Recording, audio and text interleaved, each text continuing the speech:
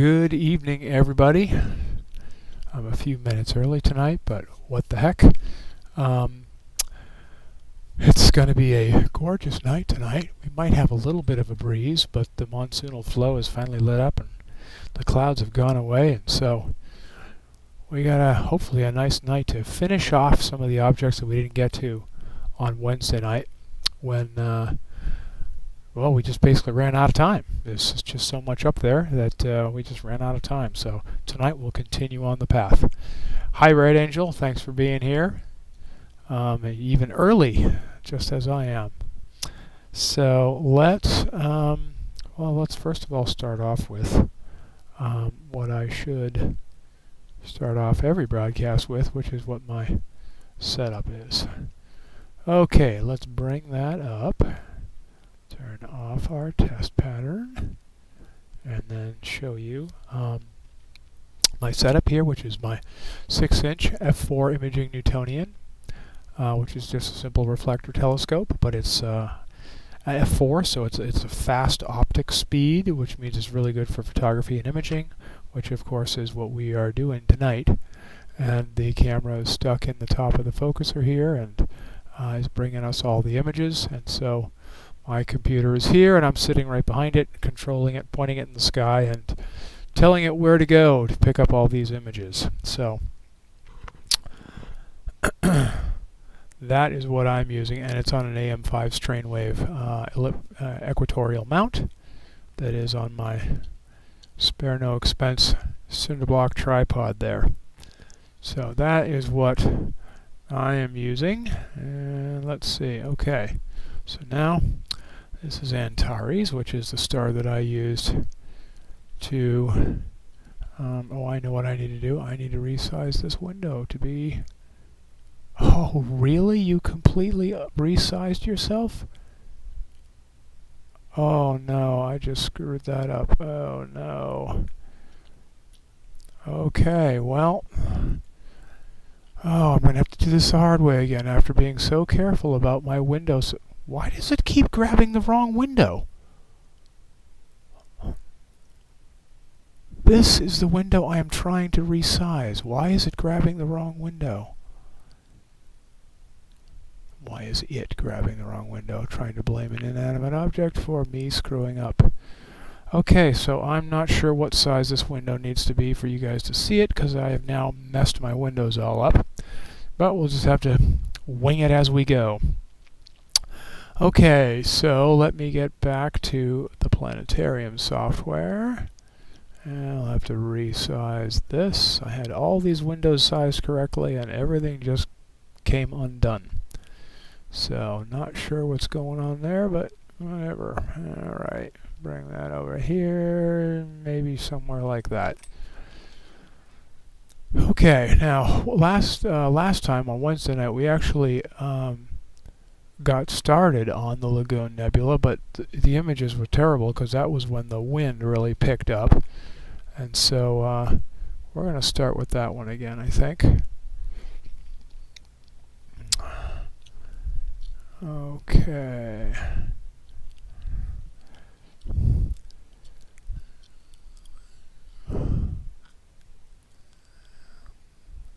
Yep, there it is. Okay, I think we're gotta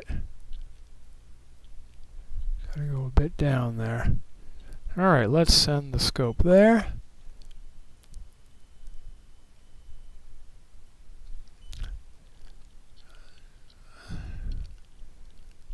Alright. And there it is a little bit. We'll center that up.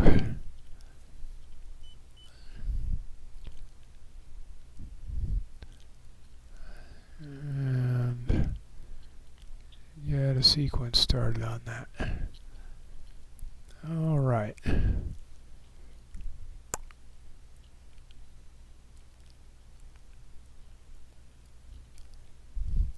And I have not started my guider, which is why I'm getting that error message.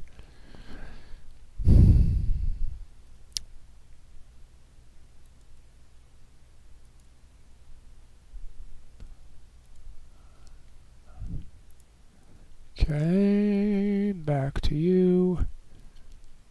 Go away. Let's try that again.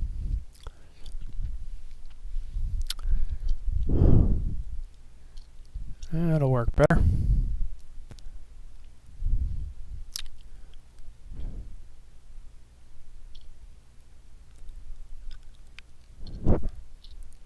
Okay. Now let's get our settings put in place here while we're getting that first sub-exposure in. And this should be out like that. Out of the way.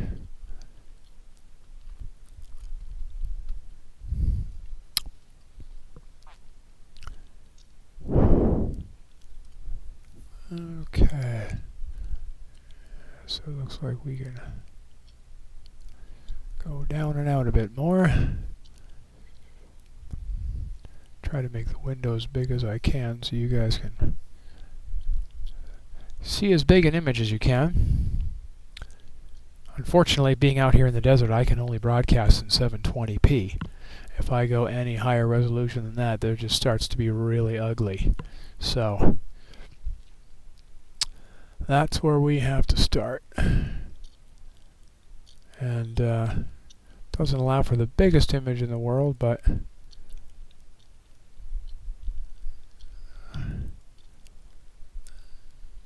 okay. And we'll get this adjusted somewhere around like that. There we go.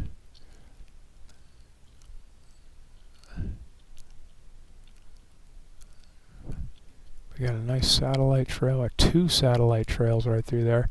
And it's still early, so the sun is just barely below the horizon, so even low Earth satellites are still going to be showing up. And those are faint enough where I'm going to leave them.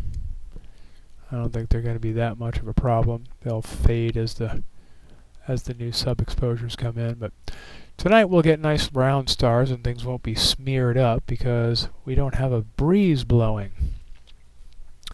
We do have a little bit of a light breeze, but it's not going to be enough to bother us a whole lot. Where am I with this? Kick that up a titch.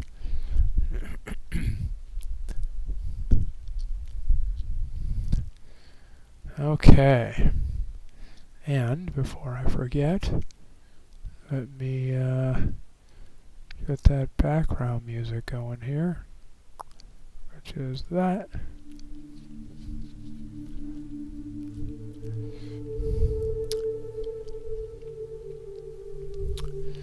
Okay, now, as I recall, the Lagoon Nebula is about 5,000 light years away, but let's pull it up anyway. It's an emission nebula, and the Lagoon Nebula was discovered by Giovanni Hodierna, somewhere around 1650s.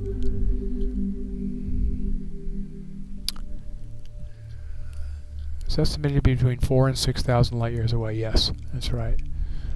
And it's about 100 by 50 light years across, so many thousands of times our size of our solar system, basically. Very, very big. And about 5,000 light years away, so the light we're seeing from it tonight left 5,000 years ago. So this is why astronomy is called time travel.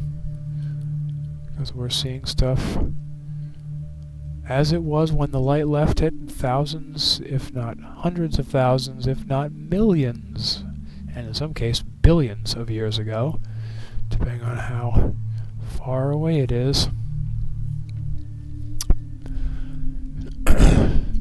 Hey, greetings Reno. You guys are probably having a fairly decent night tonight as well. Finally, the monsoonal stuff that we get down here kind of left. Although I think you've been getting a little bit of it too. We got a nice clear night. might be a little bit of a breeze here or there, but it shouldn't be anything terribly preventive.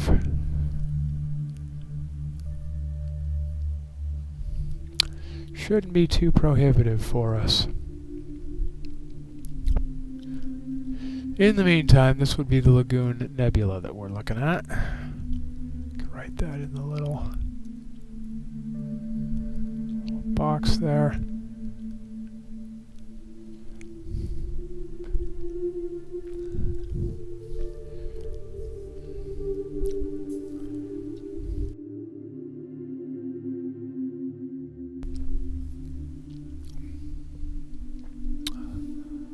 Yeah, Mazif, I'm not sure that, I don't think you were here on Wednesday night, but we got a start on the Lagoon Nebula on Wednesday, and I just all of a sudden a windstorm kicked up for about 20 minutes or so, half an hour.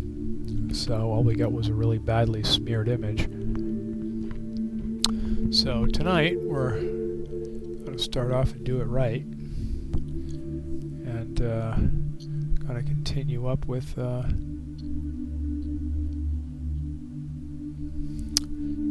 some of the stuff that we didn't get to last time. Oh, you are clouded out tonight. Okay. Well, I wonder if you are getting the... Okay. Get out my list here, what I want to see next time.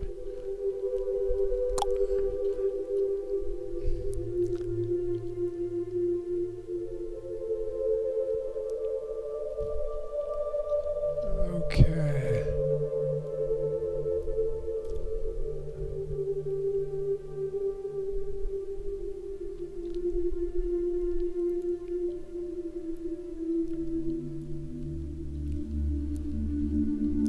All right.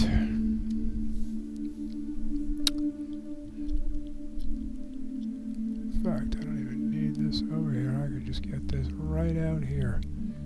That's all I need.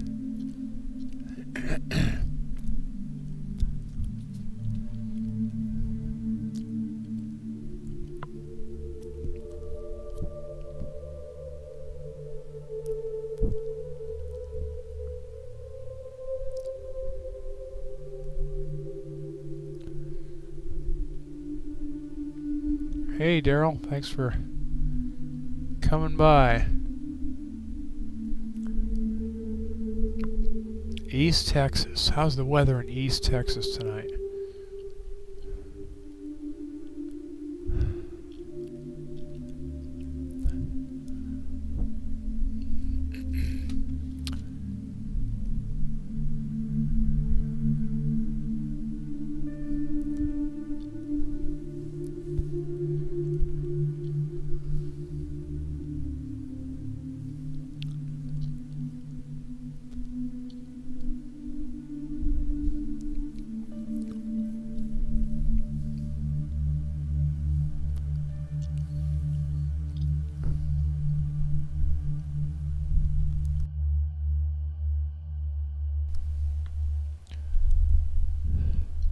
We are currently working on the Lagoon Nebula, which is a really beautiful binocular target, and you should certainly be able to see it from East Texas if you got clear skies. In the very southern sky, just above Sagittarius, in the southern evening sky in the summertime. It actually can be seen naked eye if you've got dark enough skies, using averted vision, but it's a great binocular target. It's big enough to be able to see pretty easily.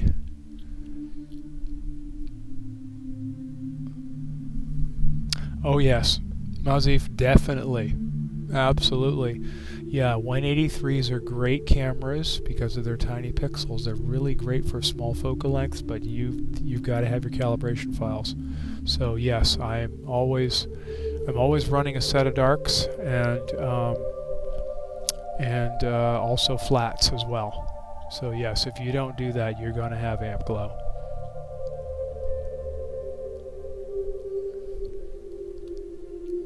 Well, it looks like we got looks like we got a satellite trail. I'll try unstacking the last one. Hopefully that's the one that it was within the last one and not the one before that. I might have missed it. But we'll see.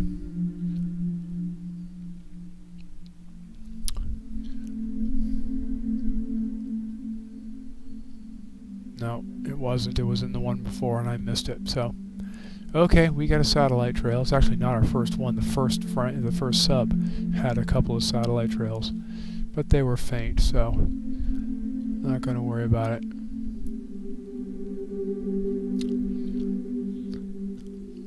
Yeah, 180. I love my 183s. In fact, I have two of them. I have one for each of my setups. My Newt setup here, my regular setup, and then I also have another one that is permanently mounted to my Canon camera lens that I do for wide field. So, you know, both scopes are fairly short focal length, so the 183 is really nice for them with the small pixels. You get good image scale, but they're an older sensor technology and they do have noise.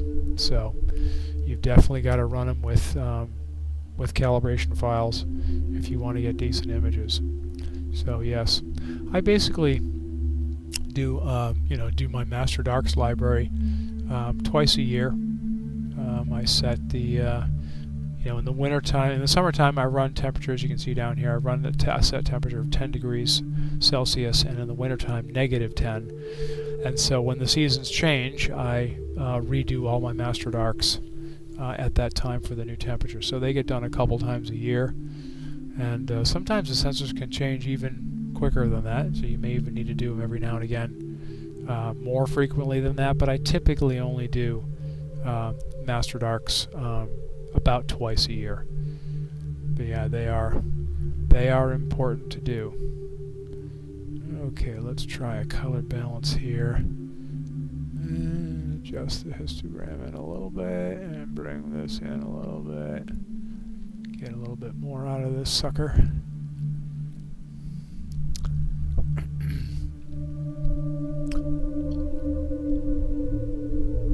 Oh, so yeah, it's pretty low in the south. Hey, Mike. Well, thanks for stopping by. I'm glad you're here. Hey, Mark. Are you at home tonight, Mark? Are you? Well, you must be at home if you're watching my live stream. Hi, Tom. Good evening. Welcome, everyone. Obviously, we've started on the Lagoon Nebula, which I had started to do on Wednesday night and ran into a windstorm, so all I got was a smeary, lousy image, so that's where we started tonight.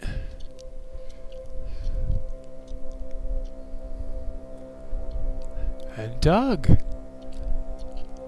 How are you doing, Doug? How's life in Louisville? Yeah, Tom, I do. I see your posts on the LVAS Facebook group. So yeah, I know who you are. I don't know that we've actually met at a event. I usually only go to the Death Valley Star Parties and the Cathedral Gorge Star Parties. I don't usually make any of the ones around the city, but so I'm not sure that we've actually met. I'm not sure that we've actually met in person, but yeah, I definitely know who you are.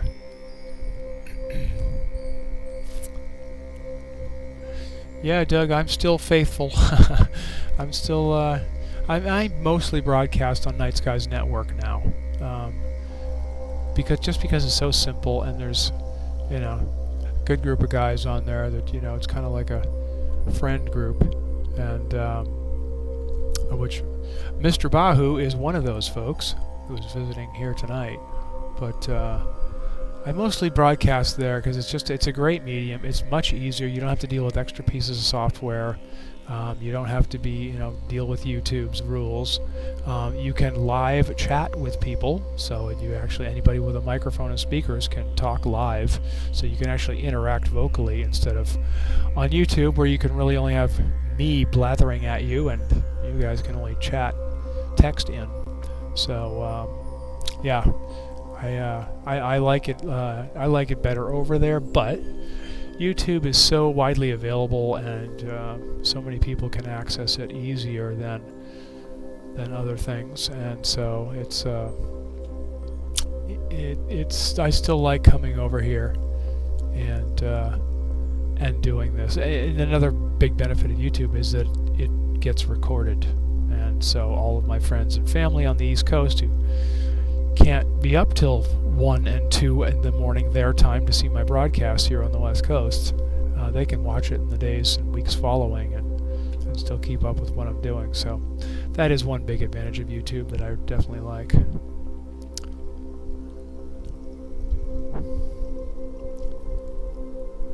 Oh, it's supposed to be clear tomorrow night, huh, Doug? Well, does that mean we're going to see a broadcast from you? Am I going to get an email in the morning?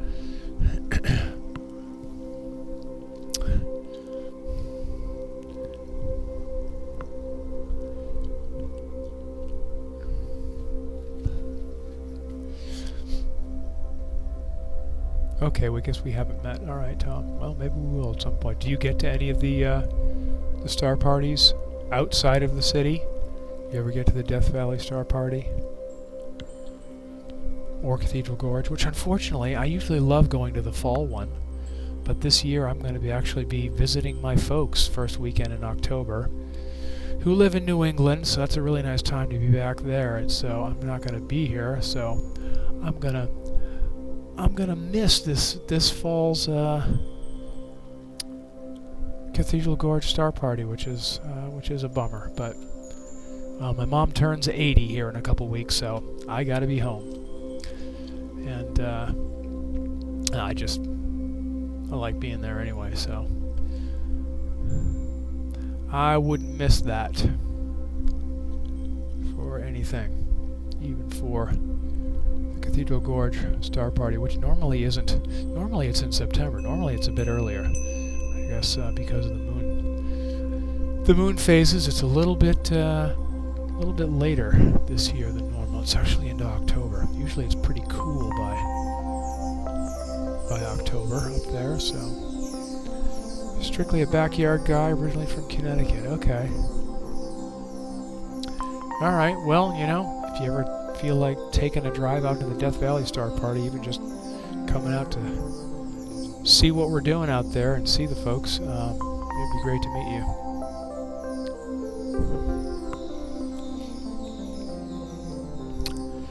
Alright, so there is the Lagoon Nebula, a beautiful star-forming region, and one of the prettiest things in the summer sky. Honestly, we kind of started off with the biggest, brightest thing, and so let's. What we're going to do next is going to be much dimmer, but it's still a pretty neat little object. It's also very southern sky, and it's called the Prawn Nebula. And it's way down there. In fact, I might have it. Do I not? Yeah, it's right there. Top item. Okay, see, it's really low. It's like 9 degrees above my horizon. So we're going to give it a shot. It might even be too low, but we'll see. Sometimes I get power lines in the way, sometimes I get a telephone pole in the way, but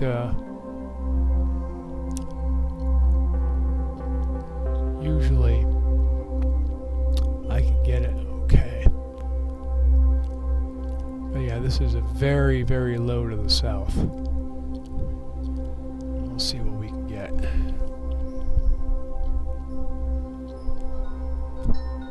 Okay, so I started running a TS Optics on a DC 6-inch carbon fiber Newt.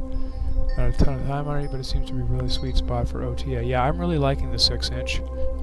I actually looked at the TS Optics stuff. Because I was, this is just a regular old cheap Chinese, for those of you who weren't here at the very beginning of the broadcast, it's just the regular cheap GSO imaging Newt with the cheap hardware that comes with it, and I have upgraded the mirror cell and I've done a bunch of things to it to get it where it is now, but it's just a regular cheap Chinese deal. And And so I actually went to TS Optics to look and see about getting a really good quality, one, maybe even upgrading to the 8-inch. And they're just really expensive, and I just started reading some things on the forums about them that I didn't particularly like, and so I just kind of held off, and so I haven't really gone to them, but there are people who really love them, and they seem to be high quality scopes. But okay, so we've got the guider complaining. This first sub obviously is not very good, so we'll delete that. You can see the object is there, but for some reason the guider is stalling and complaining. When we get this low in the sky, this can happen. Like I said, I'm less than 10 degrees up, so this obviously is pretty smeared and blurry. So we'll clear this and hope the next one's a bit better. But yes, I really like the 6-inch size. I might step up to an 8-inch. Yeah, the Carbon Star. The Carbon Star is definitely has turned my head. When they come out with the Carbon Star 200, I'm a player. I'll probably get into it. I'll probably get into the 8-inch version, but I have so much blood, sweat, and tears into this one as it is that side grading to the Carbon Star 150 is kind of not worth it to me. Back that off a little. So I probably won't get the current Carbon Star, but I probably will get, if they come out with the 8-inch, which I'm hoping they do, I probably will get that.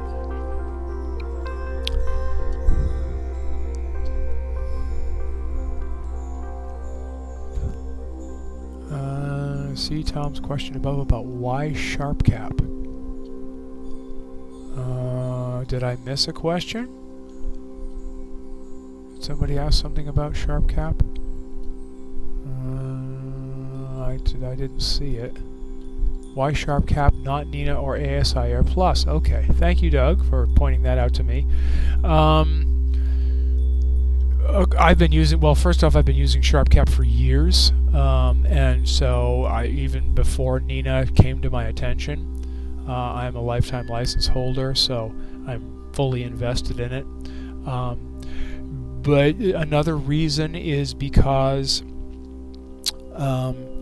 while the lines between them are starting to get blurred, when I looked at Nina before, it was much more set up for astrophotography, not EAA, and so a lot of the tools in SharpCap were more tuned to short exposure live viewing and stacking, as opposed to Nina, which was much more geared toward astrophotography, longer exposure, saving of files, processing them later, and so this just was more suited to the EAA that I like doing.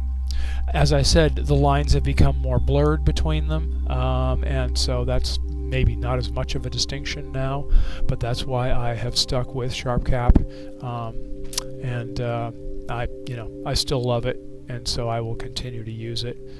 Yeah, I mean, even though it is paid software, Robin Glover, who is the developer of it, really does a great job with it, and it's become basically his full-time job now, and so he does a really good job with it, so I really like it. Hey Ray, sea star out there, yeah, okay, nice. So those sea stars are a lot of fun. We have a lot of friends who have them, and they're just they're just so much fun to use. They're simple, they're easy, they're a lot of fun to use, and while you're not going to get images like this with the bigger, expensive equipment that I have, the images you get from them are pretty darn good, given how simple they are and how fun they are to use. So, yeah, the sea stars are pretty nice.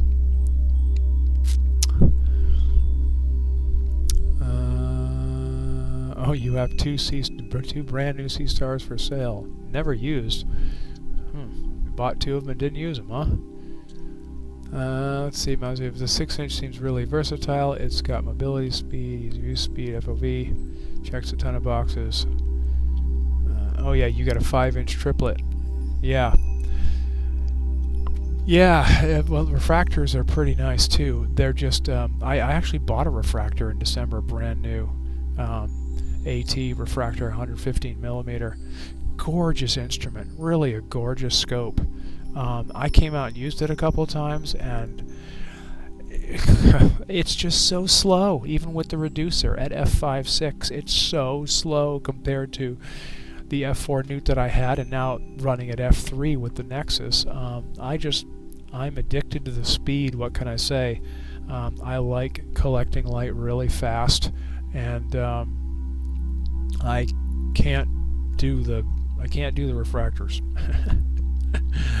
I can't do the refractors. Prawn Nebula is what we're doing now. Okay. And it's, like I said, this one is much more faint than obviously the Lagoon that we were just doing. But in fact, I'll push the stretch a little more at the risk of being a bit noisy. We can see it a little bit better. And it's in the extreme southern sky, so it's kind of hard to get at for most people. It's only 9 degrees above my southern horizon right now, and so there's not a lot of times of the year I can get it. So, something most people in the northern hemisphere don't see. So I like pulling it in every now and again and checking it out.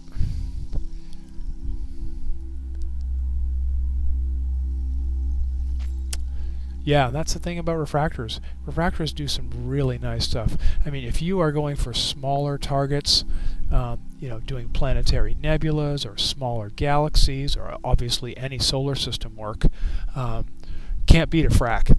They're really great. The longer focal length and the slower speed doesn't matter so much, because you get to have that essential magnification, to get in on those smaller objects. I actually have tried to do planetaries with this setup right here, using a paracore. So slow it down to f4.6 and about 700 millimeters of focal length. But yeah, it's just it doesn't do them as well. Something that has a native long focal length like a good frac does.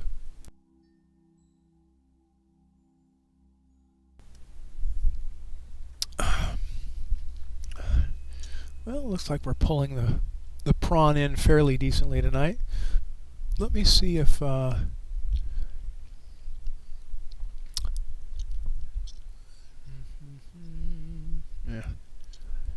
Let me see if if Wikipedia has something like that. Now, what? The prawn is. I don't think there's an entry on that.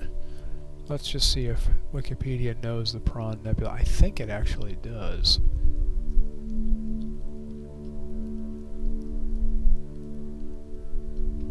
It does. It's about 6,000 light years away. An emission nebula. It forms part of the tail of the false comet anchored by the bright open star. Yeah, so it looks like it's just in the very back of the straight part of the Scorpio's body. So there's Scorpius there with the head and the claws, and the body with Antares, and then it comes and hooks around, and then it has the two stars here that are the stinger. Well, it's right here at the very back, and they call this the false comet here. So it forms part of the back of the spine of Scorpius. And so there's actually a little star cluster in here. In fact, if we pull up the annotation,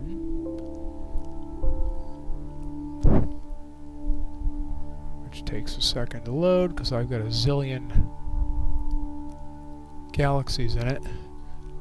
Yeah, so there's a bunch of open clusters up here that basically form part of the spine of the Scorpius constellation. So this is very low in the Scorpius constellation there. So you can see there's my horizon. So so now we're only 8.5 degrees above. So really, this is like the last time of the year I'll be able to get this. Mike asks, what size pixels does the 183 have? They're 2.4 micron pixels, which is the smallest pixels you can get in a camera. Well, I think they have a newer one that's a bit smaller, but it's a small sensor. So it's a 1-inch sensor with tiny pixels, and you can't get that combination in any other cameras right now. You can get bigger sensors, but they get bigger pixels, or you can get, I think there is a camera or two that has smaller pixels, but they're also much smaller sensors, so which means you get a much smaller field of view. So the 183 is a 1-inch sensor that has 2.4 micron pixels. So it's really good at providing you decent image scale at short focal lengths. It's really kind of the only game in town to get you a decent field of view and a good image scale at short focal lengths. I am not undersampling. No, I don't think I am. And it doesn't really matter anyway, because I can't go in. There's no going smaller anyhow. So no, I don't find that I'm undersampling. If I were to use it at longer focal lengths, I'd be oversampling. But I think my image scale, I believe, is 1.1 arc seconds per pixel with this, so it's right about perfect. Tom says, several years ago I imaged with a C11 doing primarily galaxies and small nebula. I took a break to focus on the music, and recently came back and have been enjoying a ZWO ED80, I think is what you're trying to say there. Yeah. Those are great little scopes, and they provide you some nice wide field views, and they just work really well. The simplicity of a refractor. Yeah. It's a great way to start. In fact, that's how most people should start astrophotography. You obviously started with a much bigger, more complex scope, so you didn't need to, but it's a great beginner's scope for astrophotography. It's big, wide field, very forgiving. Good scopes. Here, permanent is a TS Optics 10-inch f5 Newt. Often run the Nexus. Yeah, I love my Nexus. Yeah, I love my Nexus. I got one. I managed to get one on the used market, so I got a good deal on it, and I love it. It's just life at f3. Can't beat it.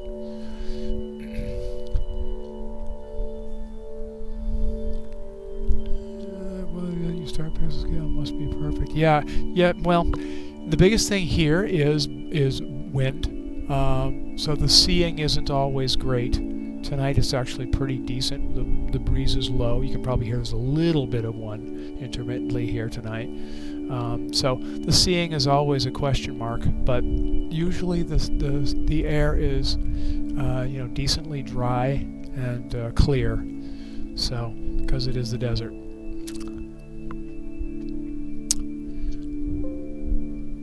You're lucky if your FWH is lower than 6.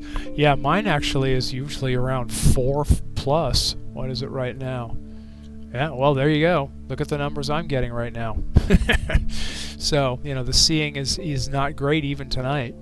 But my guider is constantly complaining. It's constantly losing lock and complaining that it's losing the stars, then it gets them back, and then it loses them and gets them back. So anyway, but a big part of that is because I'm so low on the horizon right now. The air is so thick that the marginal to okay seeing is magnified. The seeing problems are magnified, so it just gets tougher when you get this low on the horizon. But we're only going to be here for a couple more minutes and we'll be moving on. But this would be the Prawn Nebula, something not a lot of people in the Northern Hemisphere get to see. It's I barely get to see it here in Southern California, so.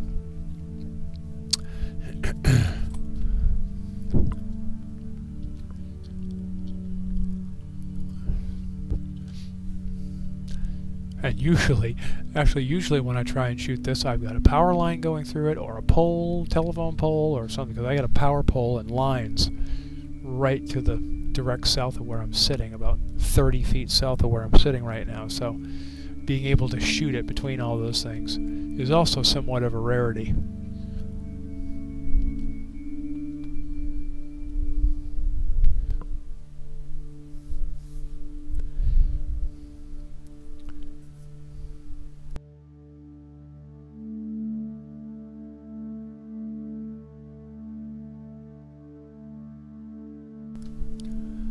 Alright, we'll do our standard 15 minutes on this, and then move on. What are we going to next? What does my list say? Okay, we did the Prawn, we did Lagoon. Okay, yeah, so we're going to do the, next we're going to do the Chinese Dragon, which is another favorite of mine. So we're going to go back up, almost to Lagoon. We're going to go to, so Lagoon is here. We're going to go to just to the left of Lagoon, out here, and get this stuff. Some people call this the toes. If you look at kind of like this is the heel of a foot, so these are kind of the toes, with the Lagoon Nebula being the heel. But it's also called the Chinese Dragon, and it's actually a pretty nice, nice little spot. Hey Mark, thanks for stopping in. Talk to you later. See you probably the next night or two on NSN. No, Tom, I don't. I don't do AP. I have no interest in... I like being out under the stars. I like seeing what I can see with the scope live. And I have no interest in going in the house and spending hours and hours processing stuff in PixInsight and Photoshop. That has no appeal to me. So, no, I'm not an AP guy. And strictly EAA. Alright, the Prawn Nebula. In fact, I might even save this one. This looks like it's good enough. Why not save it? Okay. And next target, we will go do... yeah, the Chinese Dragon. Which we will, I believe I also have saved in here. Yeah. Boink. And we'll go to that.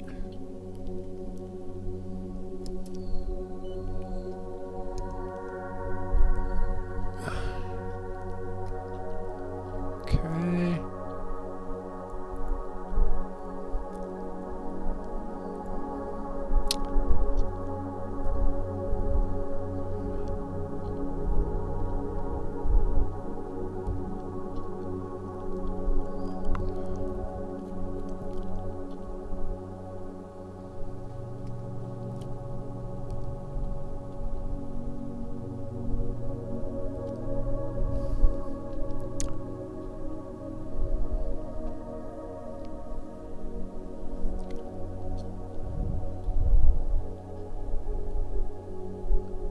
Where does it... There is the $64,000 question, Ray. Where does EAA end and astrophotography start? That's a matter of opinion. And everybody makes up their own rules, and, you know, that is strictly a matter of opinion. You know, for me, EAA is like I don't do any exposures beyond 5 minutes long. Even 5 minutes is pushing it for me. 3 to 5 minutes I will do. I usually won't do those on a live stream. I do those on NSN when I'm broadcasting on Night Skies Network. But you know, EAA should be some sort of live thing, not very long exposures. And so, you know, it's some people, you know, for some people it's the exposure length time. For some people it's total integration time. It really varies, and it's a matter of great opinion. Okay, so we got a very nice, bright satellite trail through here, so I will obviously be starting this over again. I'll be deleting this sub as soon as, but you can sort of see the beginnings of what we're going to be doing here. It's really a very pretty area with all kinds of nebulosity and star colors and all kinds of nice stuff. But we'll get rid of that satellite trail.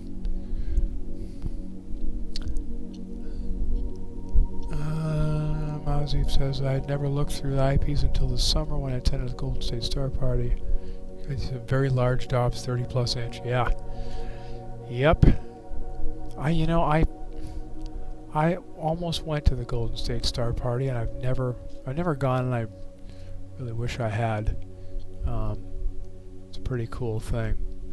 Mike asks him, I'm using darks and flats. Absolutely, always. With the 183 calibration files are pretty crucial. Masif and I were talking about this earlier, but yeah, absolutely. 183s are great sensors, but they're older sensors, so they definitely have a good helping of amp glow, and so I definitely do use both darks and flats.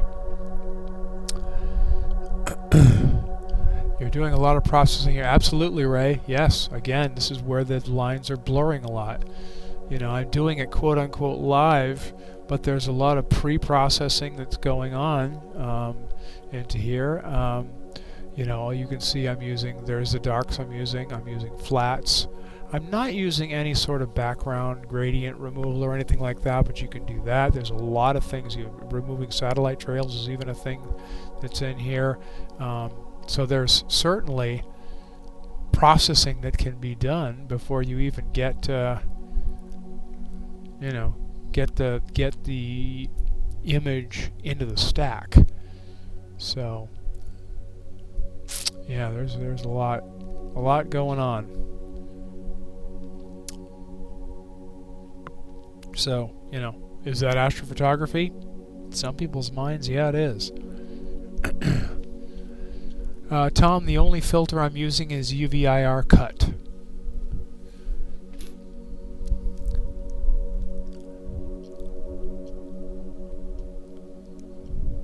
I think the line between EAA and AP is intent. Yeah, it's all a matter of opinion. You know, to some people EAA is, you know, if you're doing exposures more than 30 seconds long, it's not EAA anymore. I used to think that way. I swore I would never use guiding. I swore I would never use guiding. I was up to 30 seconds and I was having a good time. It's like, I'll never use guiding. And then I started doing 60-second exposures. Like, ooh, you can see a bit more here. But my mount, what did I have? I think it might have been on an evolution at the time, so an Alt-Az. And I started playing with guiding, which is a little bit of a learning curve to get set up, but once it's running, it's just easy, effortless, and simple.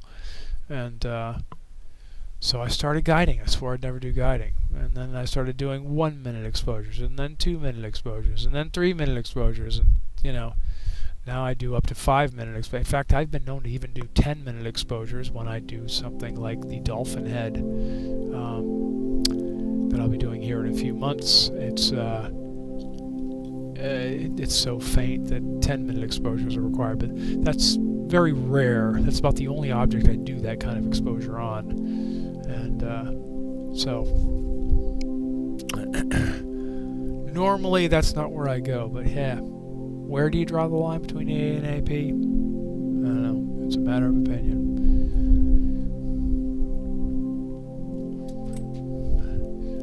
Yep.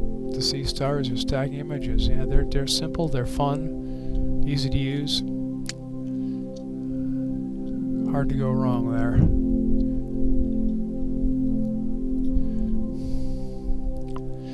Alright, the Chinese dragon's starting to come in here a bit. Let's kind of clean that up a bit. The stretch a little bit more. It's really a nice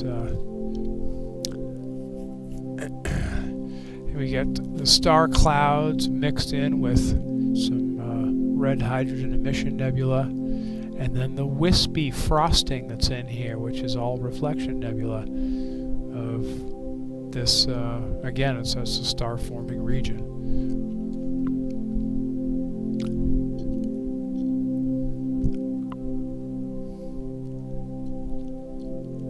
see a pretty cool asterism of semicircular ring of stars in upper left. You're probably meaning that right there. Yeah, they are pretty evenly spaced too, aren't they?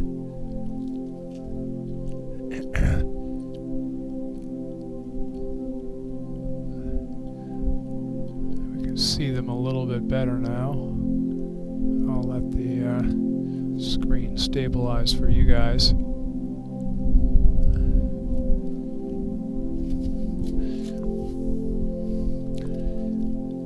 And when we zoom in like this, we start to see why this is called the Chinese Dragon Nebula, because the Chinese Dragon is actually a dark nebula.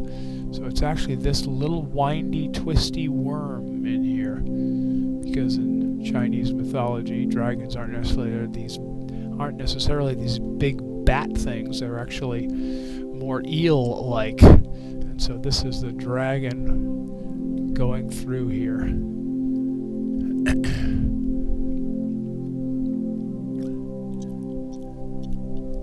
Nice thing about the 183, you can zoom in a little bit before it starts getting too grainy.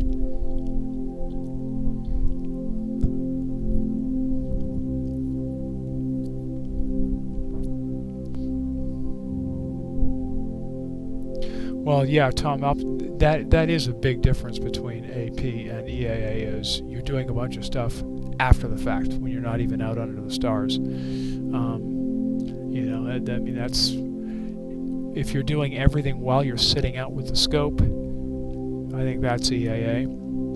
But then again, there's a lot of office chair astronomers these days where they don't want to be out of the scope. They remote control everything. It runs outside in the cold and the heat and the bugs and the whatever, and they're inside, you know, sitting in their fully lit office doing astronomy. You know, is that EAA? Well, they could still be doing short exposures, so why not? You know, what is it? What is the definition? I don't know. All I know is what works for me. I like being out under the stars while I'm doing it, and being with my gear, and that's what works for me. So that's why it's called the Chinese Dragon. I like seeing it in its full context too, because it the star clouds are such a nice contrast.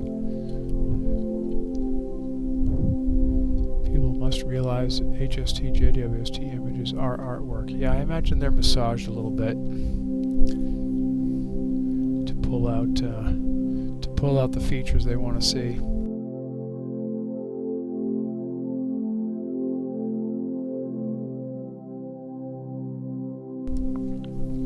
But those scopes are getting so much more light than we could ever get down here through all this atmosphere. So they just got a lot more photons to work with.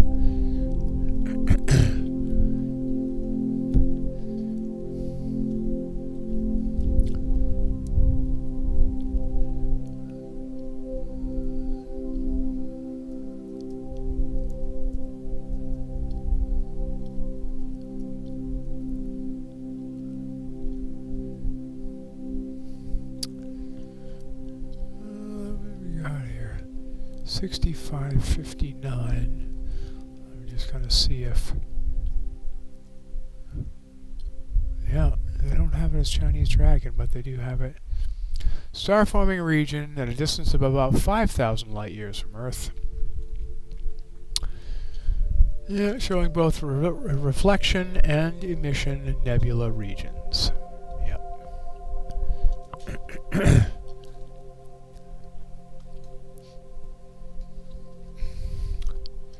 This actually is kind of a wall here. I'll zoom in again. We can see it a little bit more closely. But yeah, this is kind of like a bright wall of emission, red hydrogen emission nebulae, and then the Chinese Dragon sort of snaking its way through behind there toward this other bright star. And in the Hubble images, this is bright and contrasty. They got a lot more resolution than I can get, and like I said, a lot more photons to deal with. But you can kind of see how it's got this sort of this ridge here, right through this part. The dragon kind of even continues off on the other side of that star a little bit. Not as well defined, but it's still there.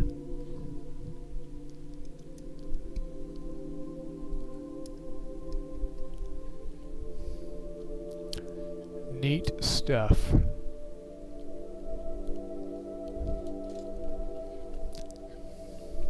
Just a pretty area, and all the nice frosted little looking. These look like they're sort of like frosted or iced or something. It's like a frozen treat or something.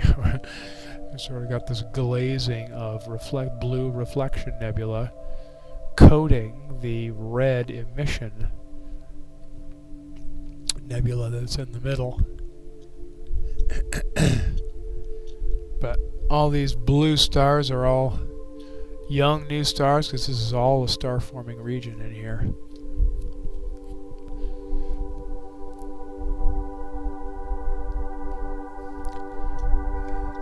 Tom, I sit next to my scope for all imaging sessions and find it a very meditative experience. Yeah, astronomy for me is being out in the dark under the beautiful sky.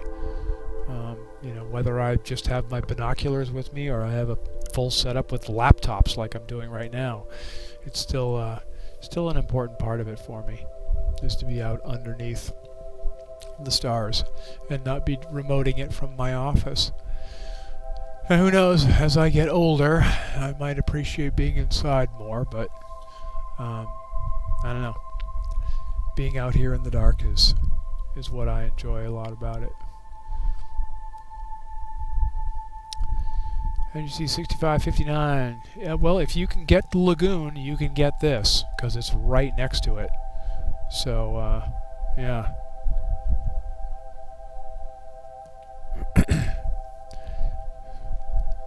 Mark 1 eyeball is amazing, but I have stared through an eyepiece for 30 minutes and never have seen anything like a short... Yeah. Even looking through a huge scope, our eyes are still limited to, basically our eye exposure is limited to 1/10 of a second exposures with the way our eyes operate.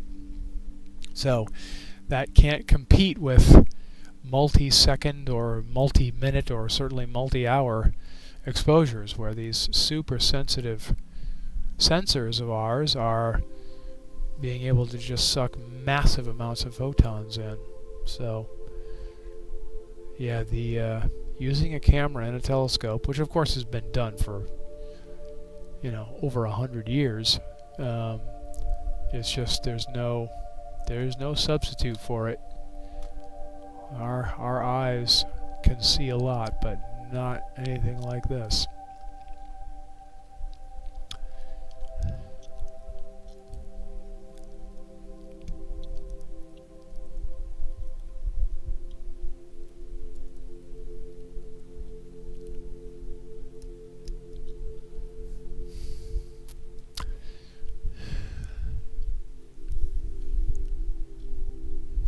The older you get, the more you enjoy being outside. Yeah, well, to each their own. And I hope, honestly, I stay outside under the stars when I'm doing my astronomy, whether I'm using computers or not. But who knows? I mean, in 10 years, look what this. There's how many C-star owners are on this broadcast right now. What are those machines going to be like in 10 years? In 10 years, what are we going to have available to us? You'll probably just have this box you plop down in the middle of your driveway, push a button, and it all opens and expands and auto aligns and auto levels and polar aligns itself, and it's got sensors and optics in it that we can't even hope to think of today. And then it's all Wi-Fi, so you put the box down, you push a button, and it all opens itself, and you walk inside, and you're sitting on your tablet controlling it wirelessly and looking at your screen and broadcasting from, you know, your living room with this from this little boxes in. I mean, we're headed there, obviously. So who knows what's going to be like in a few years. I started imaging in New England at the age of 15. I'm now 70 and I'm in awe of what the software and hardware developments allows me to do in Las Vegas, of all places. Yeah, and don't forget, filters. That's what allows you to do everything in Las Vegas. Without filters, the rest of it doesn't even matter. But yes, same with me. I was born and raised in northern New England, in southern New Hampshire, actually. And that's where I got started as a teenager. My parents bought me my first rickety Sears refractor that, you know, spindly legs, and it jiggled every time you breathed on it, and it was, you know, hard to see small objects, but boy, it got me hooked. It was all it took. You know, I could see the moon, I could see the planets. I didn't really know much more to look at than that then, at least as I recall. And you know, it was, and you know, 50 years ago when that started, I'm 58 now, so, you know, 45 years ago when I started doing that, it was so much darker there than it is now. Now I go visit my folks, and it's, well, it's got to be at least Bortle 5, if not 6, in rural southern New Hampshire. So, you know, you just can't, yeah, just light pollution grows and grows. Alright, so there is the Chinese dragon, a very pretty spot right next to the Lagoon Nebula, so check that out when you get out next time. If you haven't seen that already, it's a really good one. And now what we're going to do is we're going to go to a cluster here. We're going to do M22. So it's going to be a star cluster right here in the area. So this is right above, there's Sagittarius there, so we're right above Sagittarius. We'll do a star cluster now. Star clusters are nice and neat. It's quick, easy. You know, alright, we'll start that. You don't have to spend much time on them because they're so big and bright.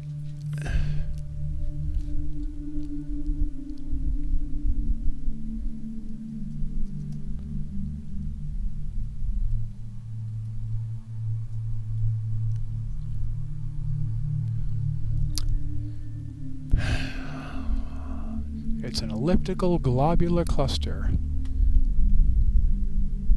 It's one of the brightest globulars visible in the night sky, and in fact it's so bright we're going to cut this exposure down to 15 seconds instead of 60.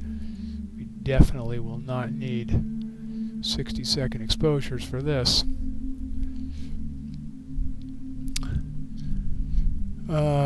The brightest stars are 11th Mag, with hundreds of stars bright enough to move resolved with an 8-inch telescope. It's just south of the Sun's position in mid-December. Blah, blah, blah, blah, blah. It's one of the first globulars to be discovered in 1665 by Abraham Isle. I-H-L-E. Iley? Not sure how to pronounce that.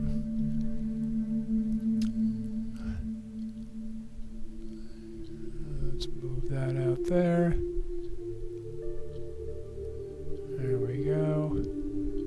Back this off. See, now we are gonna see a little bit of amp glow here because I'm using my 60-second capture profile. So it has the darks, the calibration files for 60 seconds, but I'm only doing 15, so it's going to be overcorrected. It'll actually be dark there. It'll be overdoing the amp glow correction, but it'll give us a nice view of the of M22.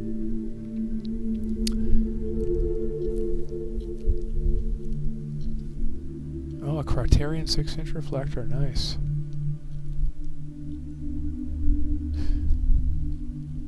Hedman Astroscan. Yep.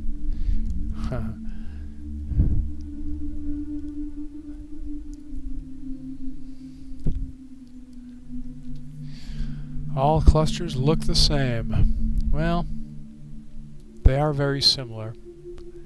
Globs are all pretty similar. Some are bigger and brighter and have a lot more stars than others, but They are all pretty darn similar.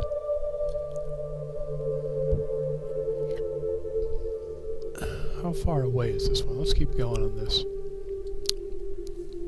It was included in Charles Messier's catalog of comet-like objects in 1764. It's been carefully studied. He placed it within roughly 70,000 stars and found it had a dense core. He placed within it roughly 70,000 stars and found it had a dense core.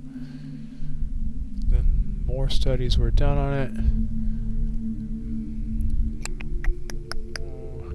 It's one of the nearer globular clusters to Earth at about almost less than 11,000 light years away. Which means its diameter is about 100 light years across.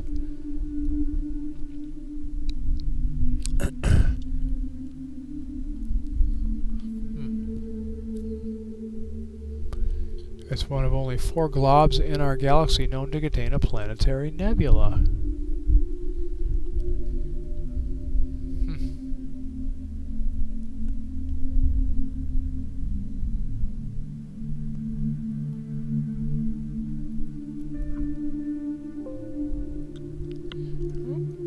Laptop needs food. Okay, I got you right there.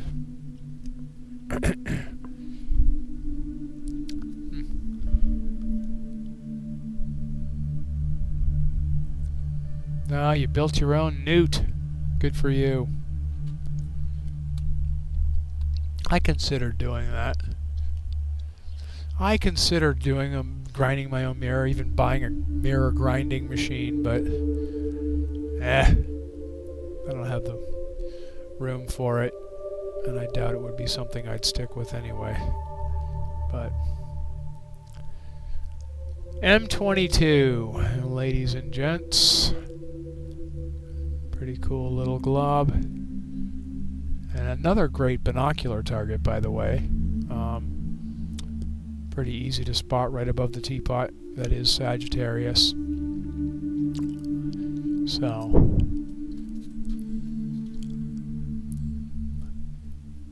a great little thing to look at. In fact, I was looking at it with my image stabilized binoculars the other night when it was a little too breezy to be out here, but the binoculars were fine.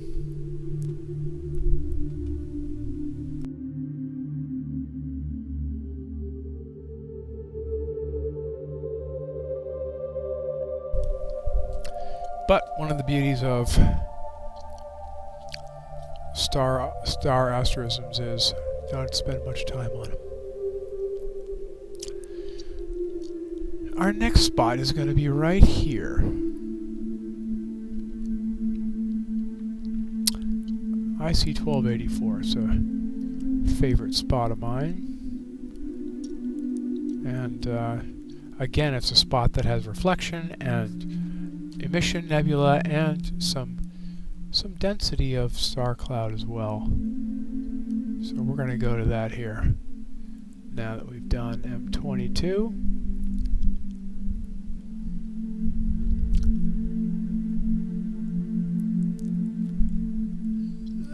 Alright.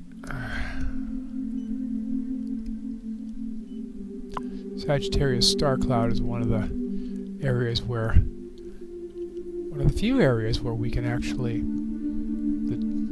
the light absorbing gas and dust. Actually, no, I want a plate solve and center that up. Has parted, and we can actually see the core of the Milky Way. The Milky Way bulge through it, and so. It's kind of an interesting spot. Oh, thanks, Mike. Good night. Thanks for being here. Glad you stopped in. Good to say hi. See you next time.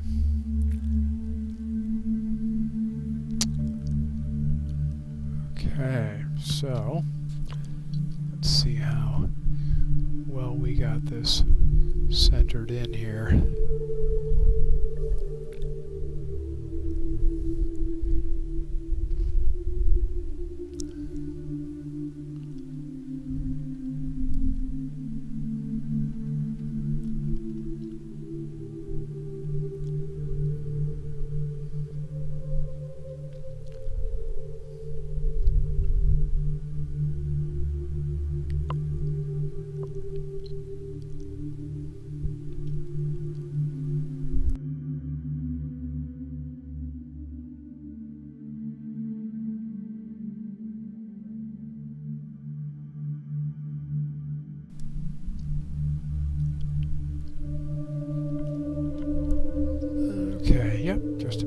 Perfect.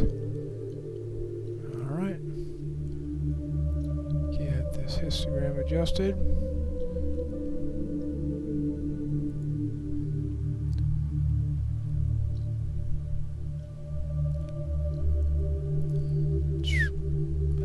Okay. Should be a good approximation. And then we can do a bit better than that. And there we go. Now we're starting to be able to see what we're going to be able to see here. The dense Sagittarius star cloud here. Another smaller, dimmer piece of it here.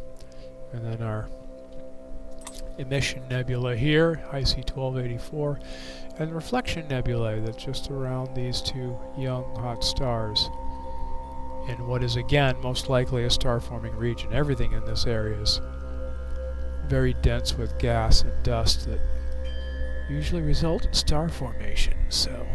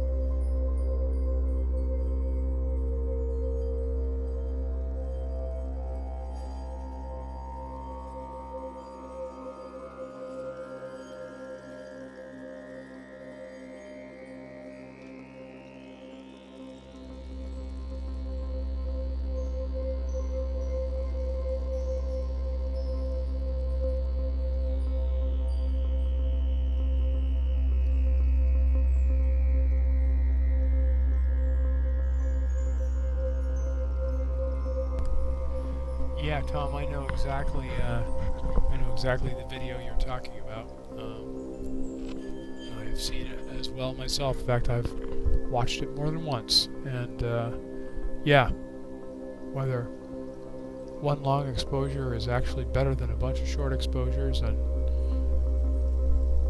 you know what, depending on your light pollution that you're dealing with, you know how much gain you really need versus time. And yeah, it's a really good video, really good presentation he did a number of years ago. Forget the event that it was, but I think it was an event over in the UK, an astronomy event over in the UK. He did that. But yeah, it's a really good video, really good talk he did.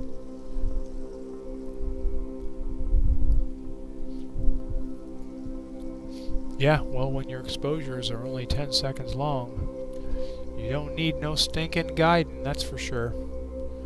That's where I used to be. I swore I would never do guiding. Now I don't ever not do guiding. The only time I don't use guiding is when I'm using my binoculars.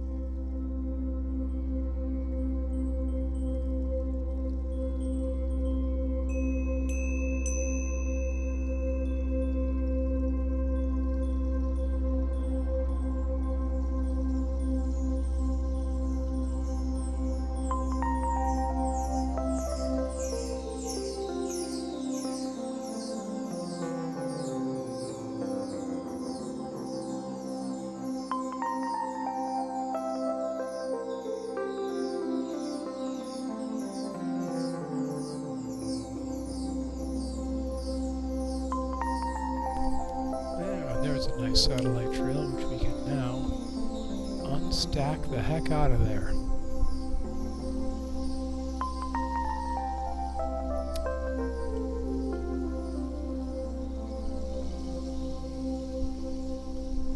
Yay. Love that he put the unstack button in there. So you don't have an entire stack ruined by one big fat satellite trail like that in one sub.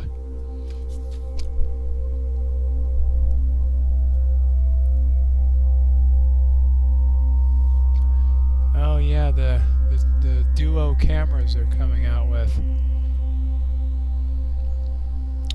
And now they're coming out actually with more than that. Now they've got these new cameras that not only have the ZWO sensor in them, but they've got the ASI Air incorporated in the camera body as well. So it does everything within the camera.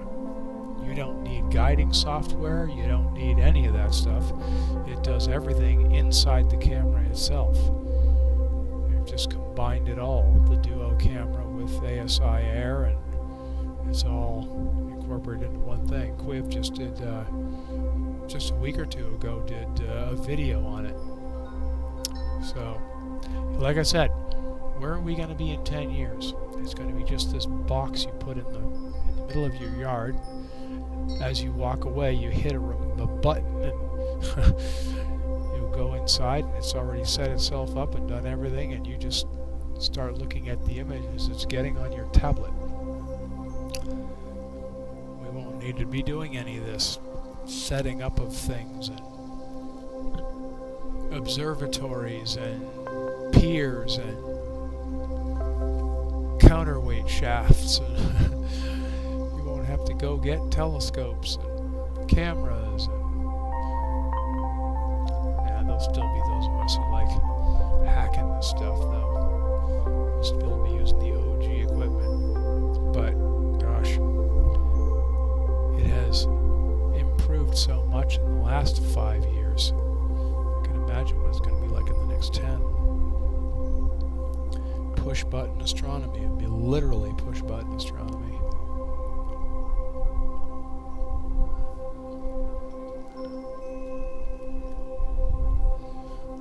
Who needs coffee makers, Ray? Astronomy is exciting all by itself.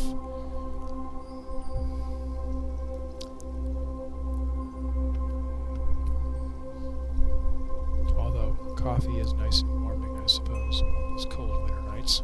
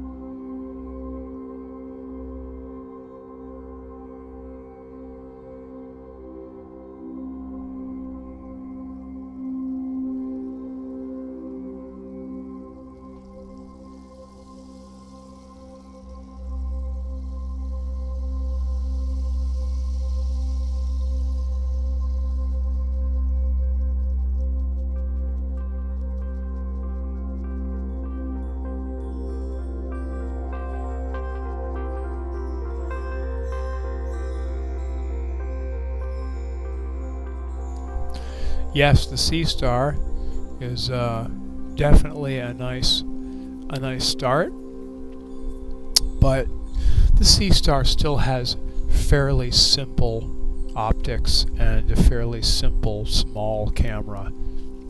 Can you imagine where, what those optics and those sensors are going to be like in 5 or 10 years? You'll be getting full frame, high resolution images out of them in, you know, in 8K or whatever, higher resolution than that. 8K will probably be a joke by then. It'll just be amazing.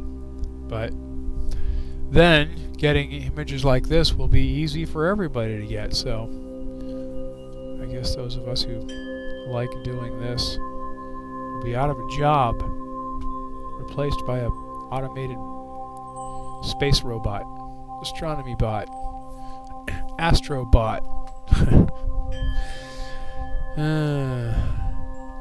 But it'll be cool to see what happens. But then again, even if that does happen, having the capability of doing nice astronomy in the hands of everybody will only be good for astronomy. So, and other people's interests of the general public's interest in the sky and the stars. So that would all be a good thing.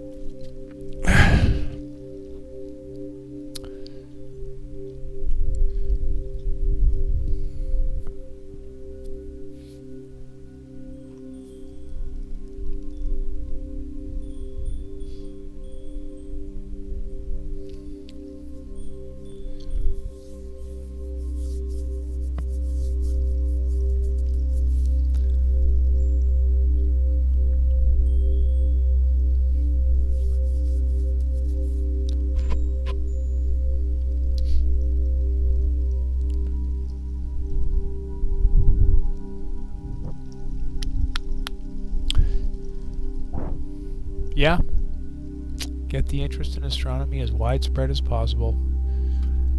That's good for everybody.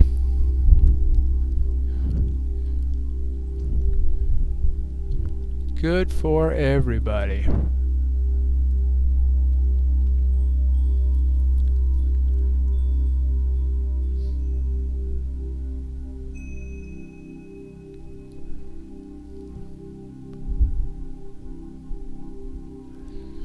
All right.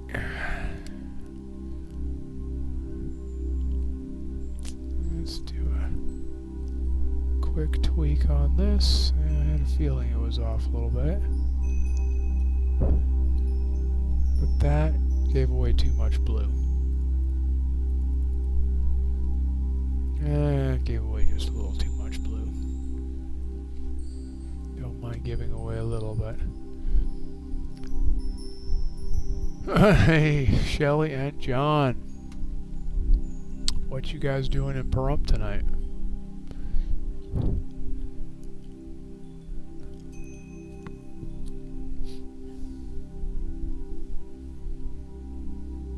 Grocery shopping night?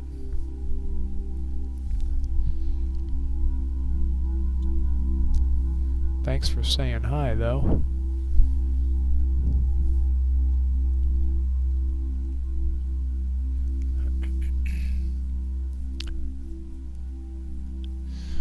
I discovered this region a little while ago, and it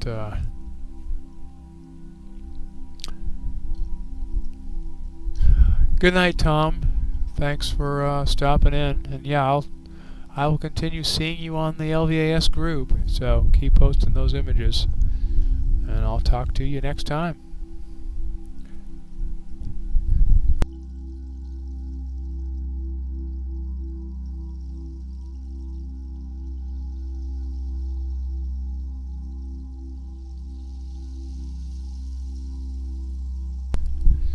On my VR glasses, huh?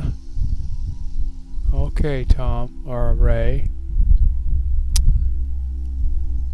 Well, do you supply the VR glasses? Because I actually don't have any VR glasses. Do I need to get VR glasses to see your images? Or can I just use a regular computer like normal people?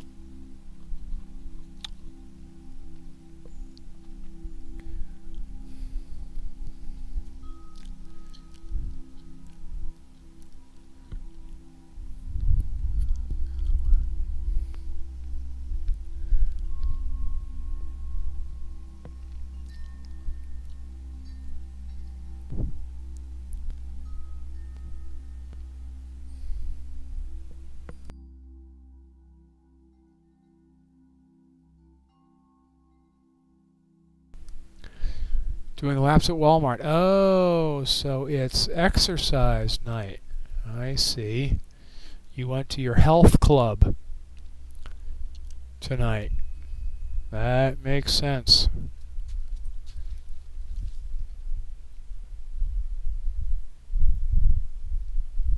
Oh, my future astrobot said that. I get it now, Ray. Okay. Yeah.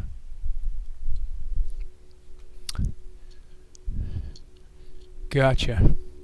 Alright, so there is the IC1284 region, which I think is just a pretty cool region. Actually, before we go away, we can probably zoom in a little bit on those once or twice. But yeah, you can see this reflection area in here around these stars, even with the dark spot here. Who knows what that dark spot is, but emission areas and reflection, much like the Chinese dragon was, just a lot less of it and smaller, but pretty cool. Okay, so now what we're going to do is actually we're just going to go up here and take a look at the Sag star cloud. It's a very cool area, and so we'll just take a look at this.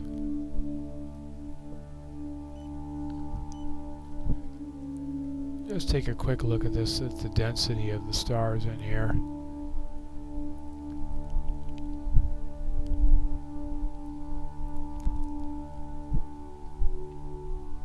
And it's like the globular cluster. It won't need 60-second exposures. We can do this in 15s.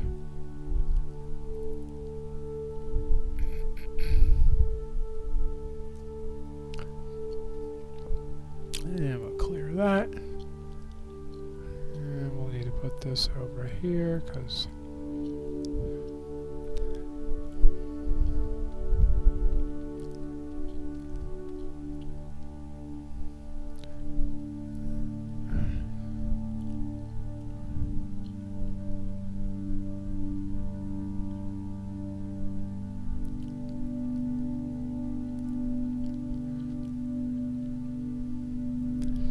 just to see some of the density and the star clusters that are actually in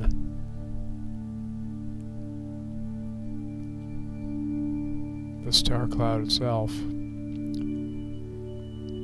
As I said, this is actually an area of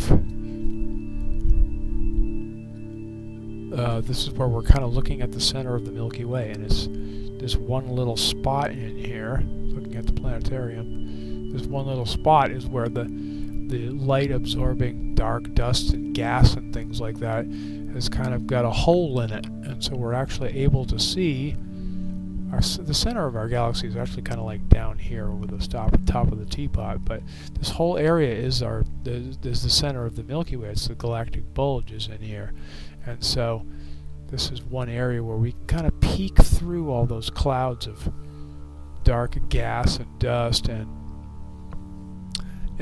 see a little bit of the core, just a tiny peek of the core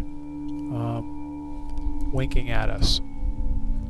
And so it's kind of a neat spot to do every now and again.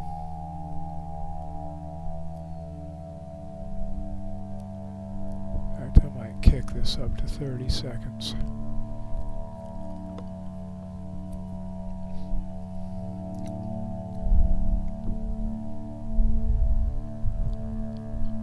Just get a little bit more light. A little bit brighter.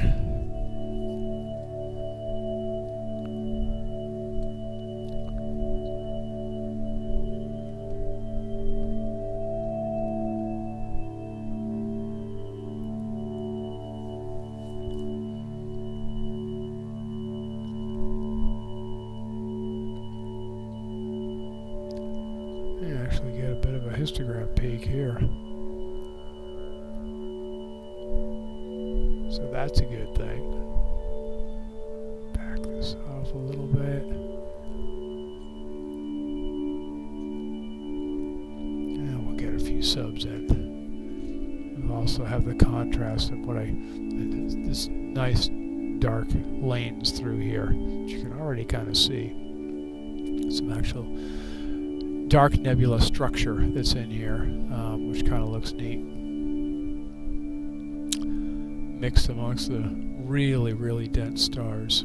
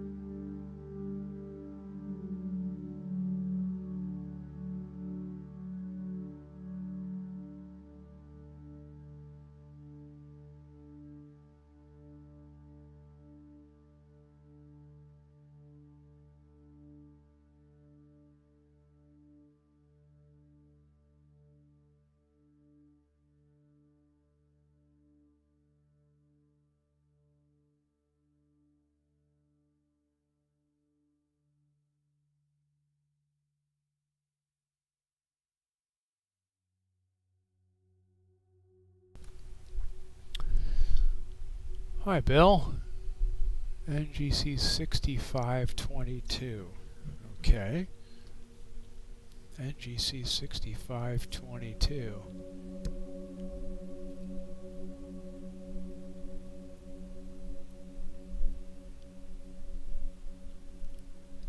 Okay, let's see where that is.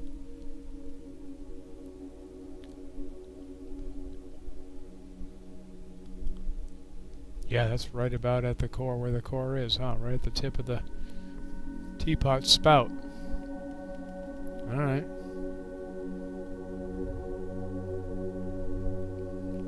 Well, I guess we can go there next real quick and compare it to where we're at right now.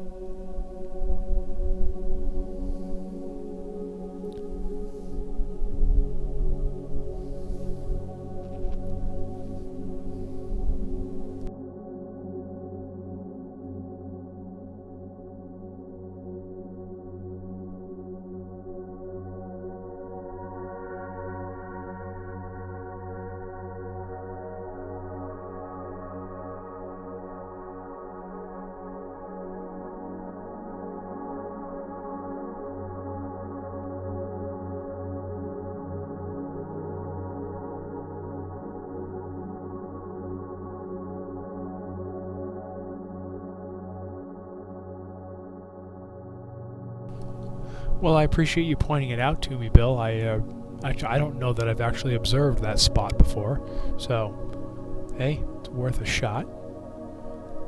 I don't mind seeing something new. So we'll see how it stacks up to this.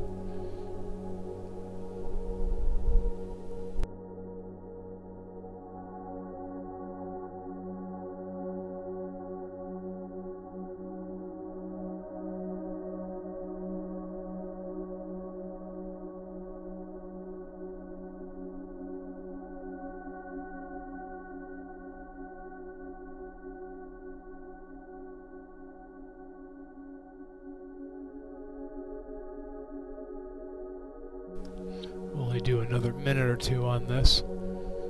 Again, when it's dense star structure like this, we don't have to spend nearly as much time as we do on the faint nebula stuff, but it really gives you an idea of the density of the stars as you get closer to the core of our galaxy.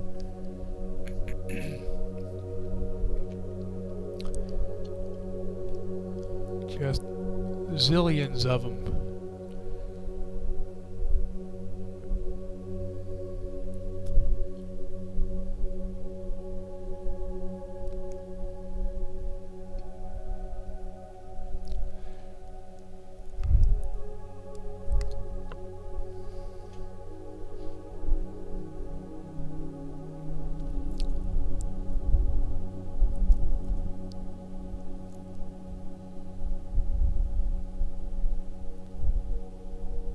Oh, good.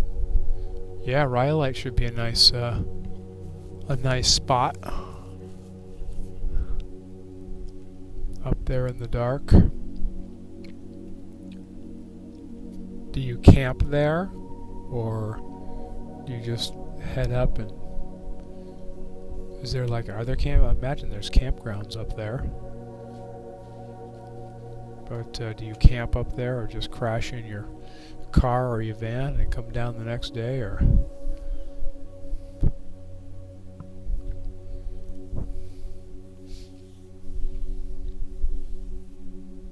Alright, we'll finish this sub and then we'll head to NGC 6522, see how it compares.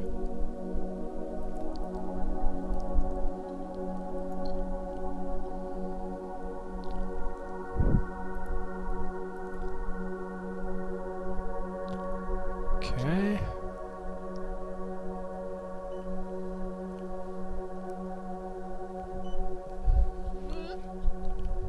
Yeah, that's high enough. I'm not going to get into a roof issue.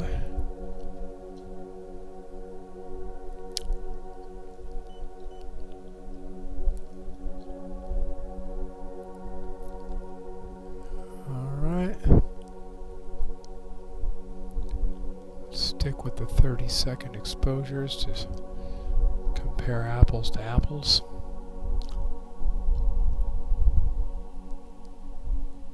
Sleep overrated, especially when you're retired, huh? Okay.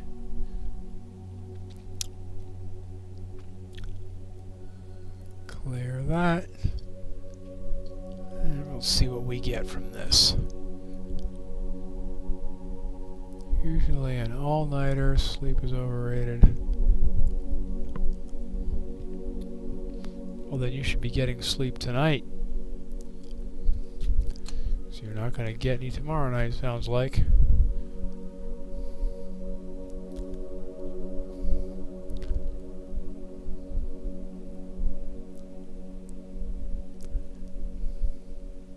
Woo! Definitely a lot of stars there, huh?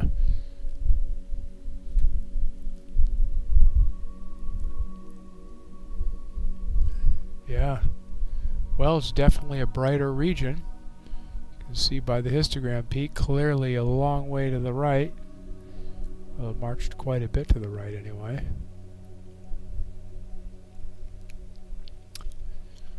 Marched quite a bit to the right.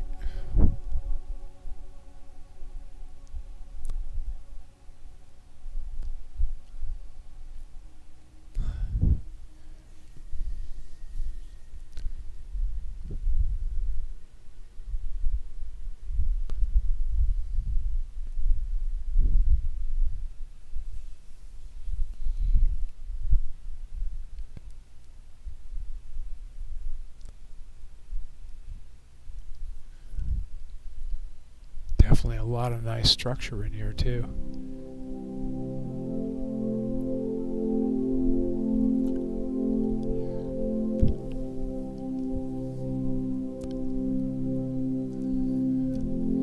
Let's make sure we're dead on it.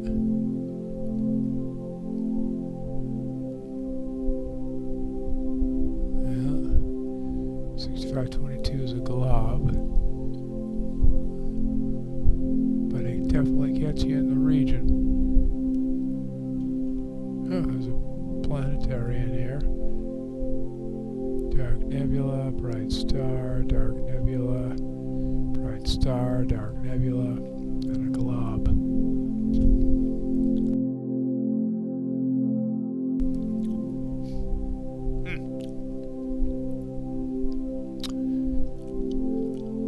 Interesting.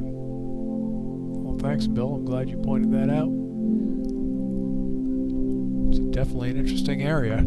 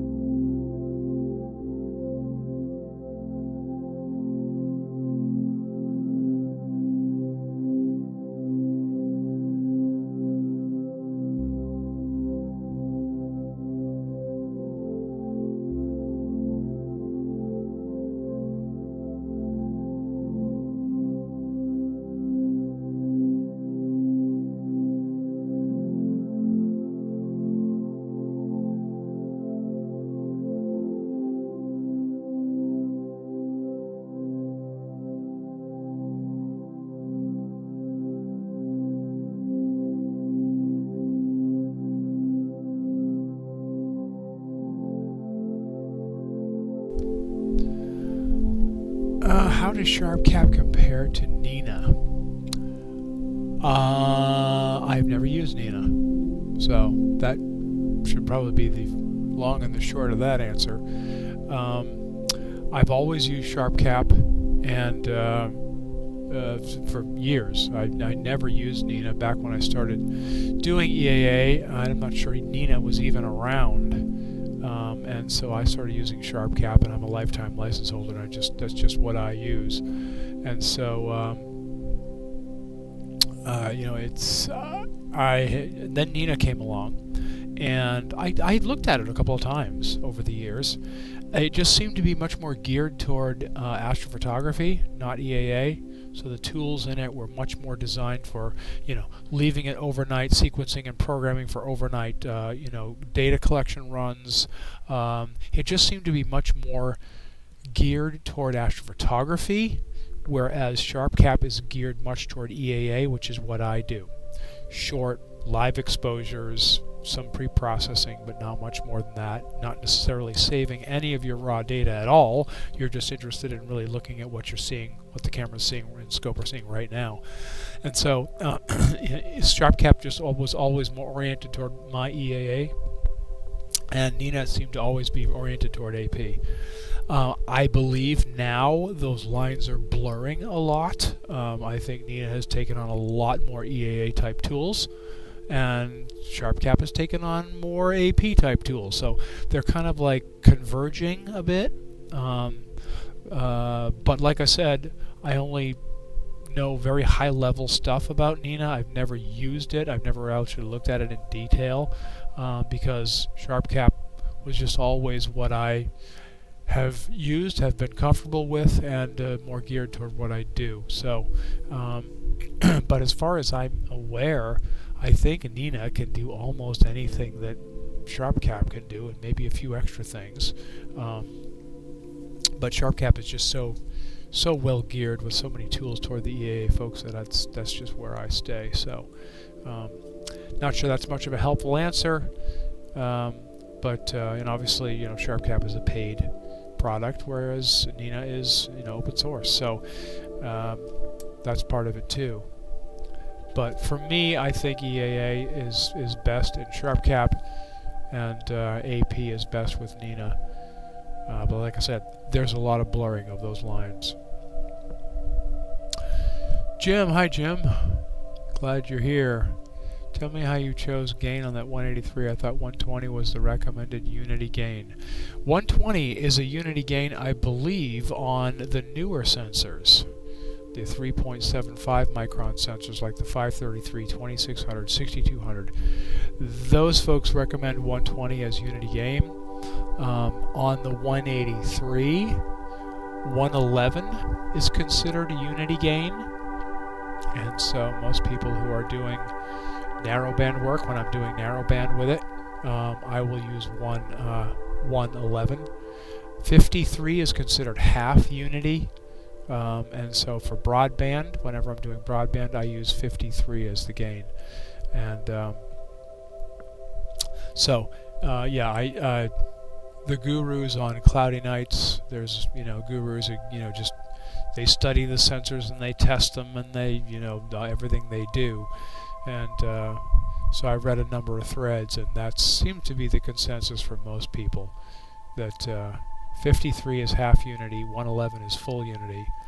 And and so at 53, basically,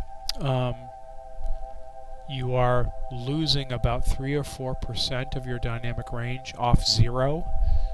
0, you get obviously full dynamic range and full well.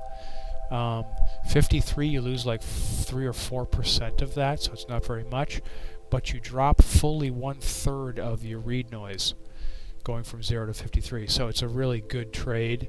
At 111, you drop even a bit more read noise, but you lose a lot more dynamic range, but not a terrible amount that, with narrowband, you just need to have the extra gain. So, I use 53 broadband, which is called half unity, and 111 broadband, or narrowband, which is considered quote-unquote unity, on the 183 sensor. Okay, well, thanks. I want to thank Bill for pointing out 6522. This is a pretty nice spot, and yeah, in fact, I might even save that just if nothing else to remember the number. But that's a pretty good. What I like about this spot is you get nice star density too, but you get a lot more interesting dark nebula, a lot more structure in here of dark nebula, which is pretty darn cool. And this really is looking right at the core of our galaxy, so that's a peek directly at it. And if we didn't have all this dark dust and gas, you know, this whole part of the sky would look like this. I mean, the whole thing would just be this massive glowing area in the summertime. So anyway, thanks Bill, that was pretty cool. Let's see, next M25, so another nice big glob. Another nice big glob in the area, so we're just going to move a little bit over. Well, I guess a little bit up, but this is going to be right next to the Sag star cloud over here. And so we're going to move over to it. Oops, but I forgot to turn this off, so yeah, this is all complaining. No, that's not what I meant to do. That's not what I meant to do. That was the wrong one. Okay, so there's M25.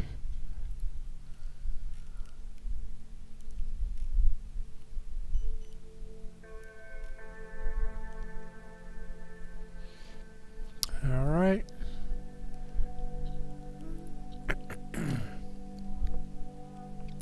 Again, we'll drop that gain down. Oh, you're using a DSLR right now? There's nothing wrong with using DSLRs. Lots of people stick with DSLRs. They're certainly less expensive than an equivalent astro camera. Mostly due to economies of scale. But yeah, there's nothing wrong with using DSLRs. They're not cooled, and you know they're not. There's things that they're missing, but they're a lot less expensive, and they still take. They're very big sensors that take great pictures. So yeah, sometimes you have to remove some stuff, IR filters and things, if you're trying to hit galaxies, but. Okay, and we're gonna hit that, and then hit that, and let's look at M25. This is another pretty cool. This is another one that I like looking at in binoculars. It's a nice bright, sparkly, multicolored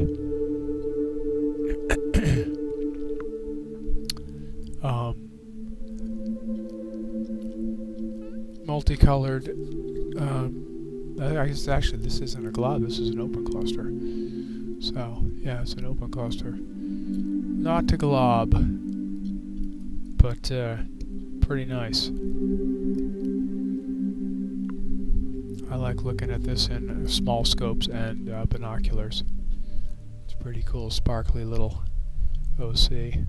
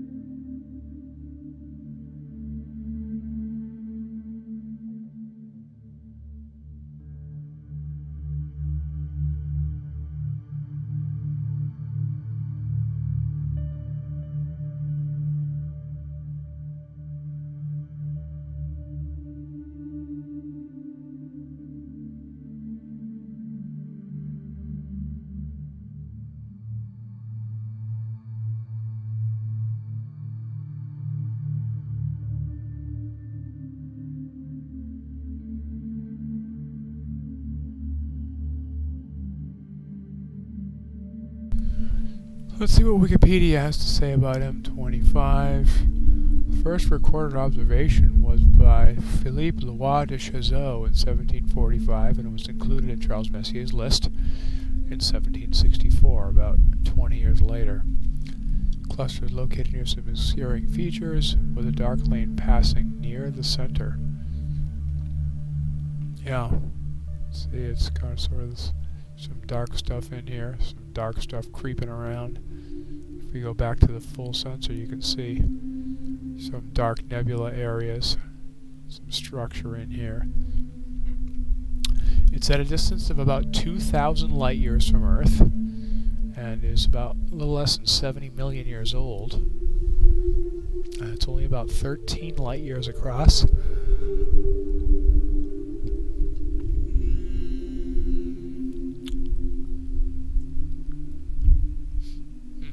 Okay, so anyway, about 2,000 light years away.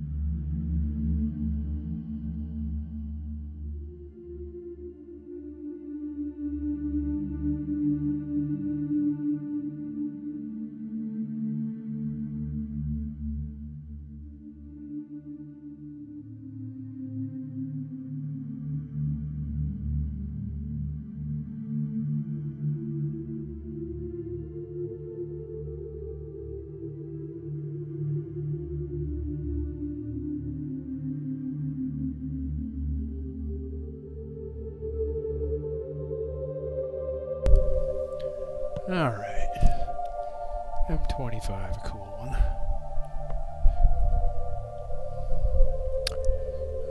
Let's see. GC 6755, an open cluster, possible binary cluster. Thought that was kind of interesting, so Let's see what it looks like. I don't even know what we're going to see. No, no, no, no, no, no, no, no, no, not you. No, stop. Wrong one. Totally wrong one. This one. Alright. Let's see.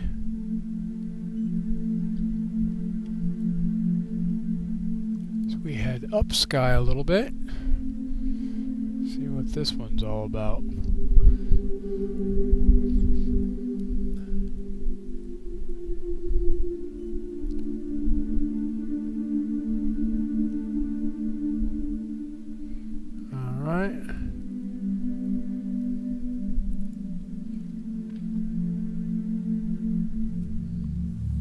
Open cluster. Possible binary open cluster.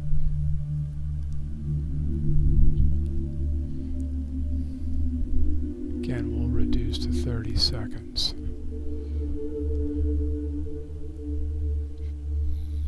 And clear that first garbage sub. Let's see what we get with this. Oh, thanks, Jim. I appreciate you being here. Thanks for stopping by.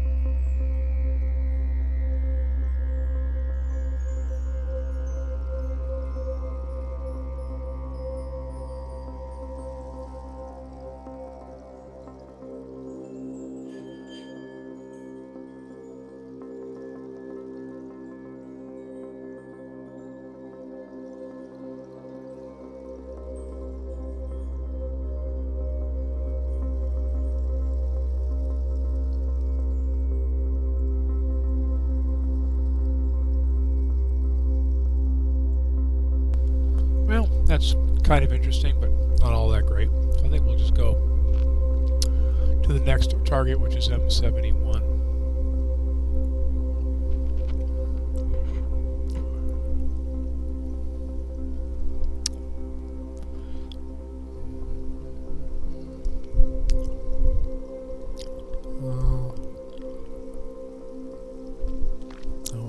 Further up sky here. I think it's that one. Yep, angelfish cluster. I'm going to get that shroud off there.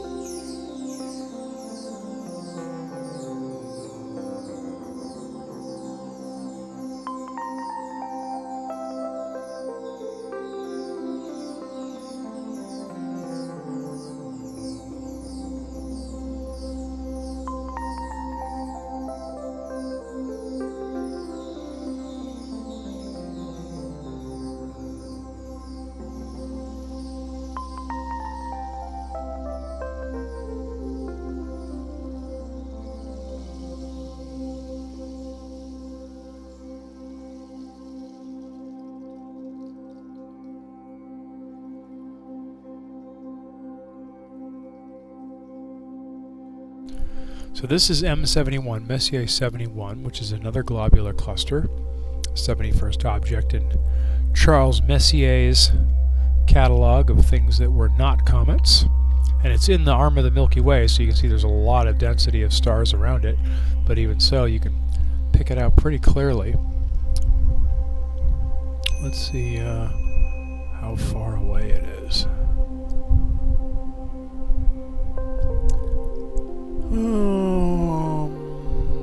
Discovered by Philippe Loire de Chazeau in 1745 again. Added to Messier's catalog in 1780. This one's about 13,000 light years away, and it's about 27 light years across.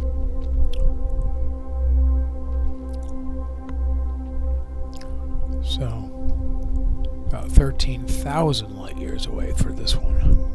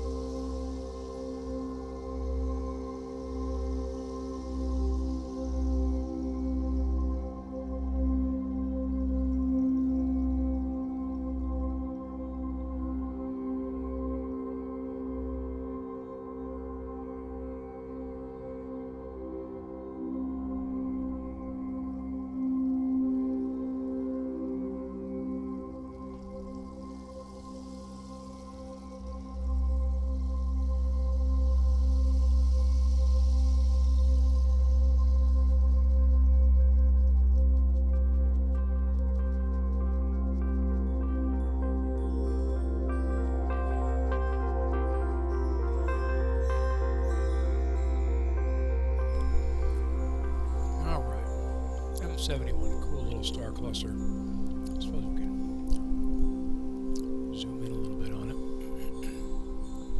I don't know that did it say how many stars were in it.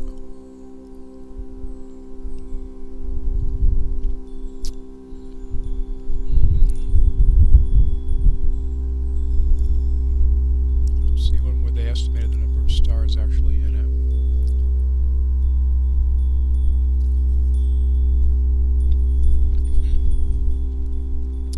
That's a mass of 53,000 solar masses. So,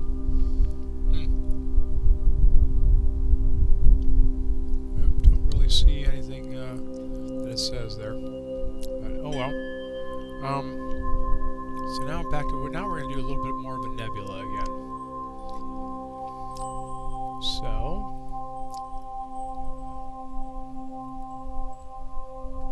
Let's go back to doing a nebula.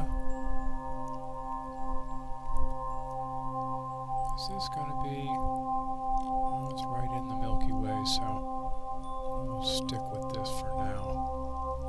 Wait. First you've actually got to go to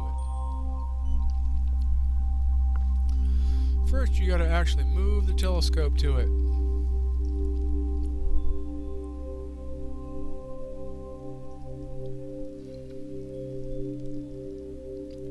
Looks like it's there, right there in the middle. Let's get this stack started and see what we come up with.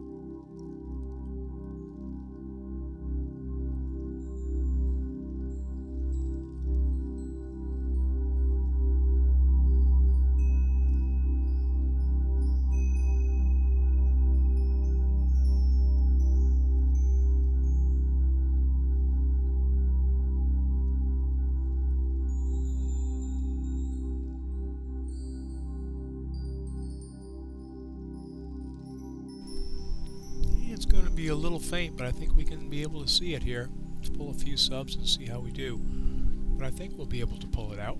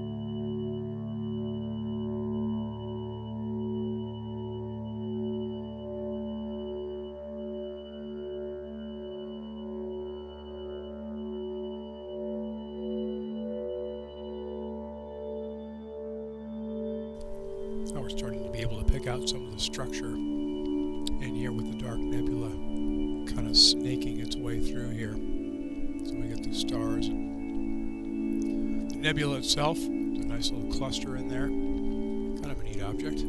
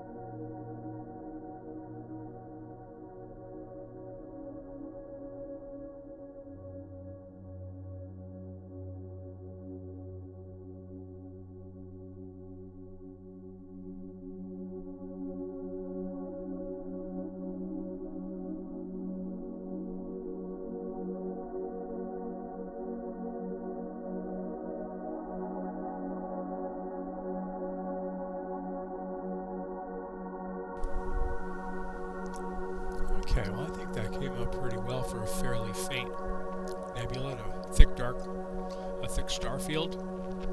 I think we got to see pretty good detail in it. Some great stars in the region too. So I think that came out pretty well.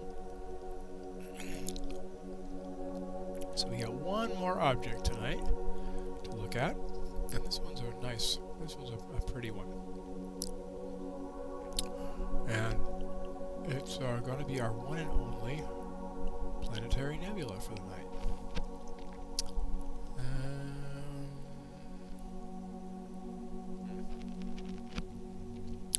Thought I could find it dead reckoning, but there it is. It's going to be M27, which is the Dumbbell Nebula, or the Apple Core Nebula.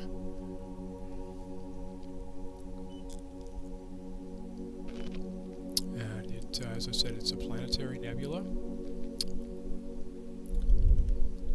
which has nothing to do actually with planets, but when they first discovered them, they could tell that they weren't stars. They were definitely bigger than stars. They had colors and were definitely bigger. They had shape, unlike stars, which are just point sources of light. And so they thought that they were planets.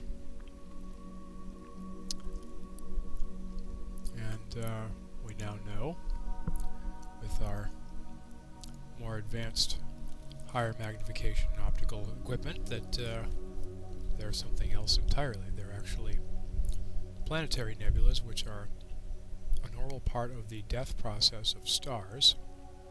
I think I'm going to shorten this to 30 seconds, actually.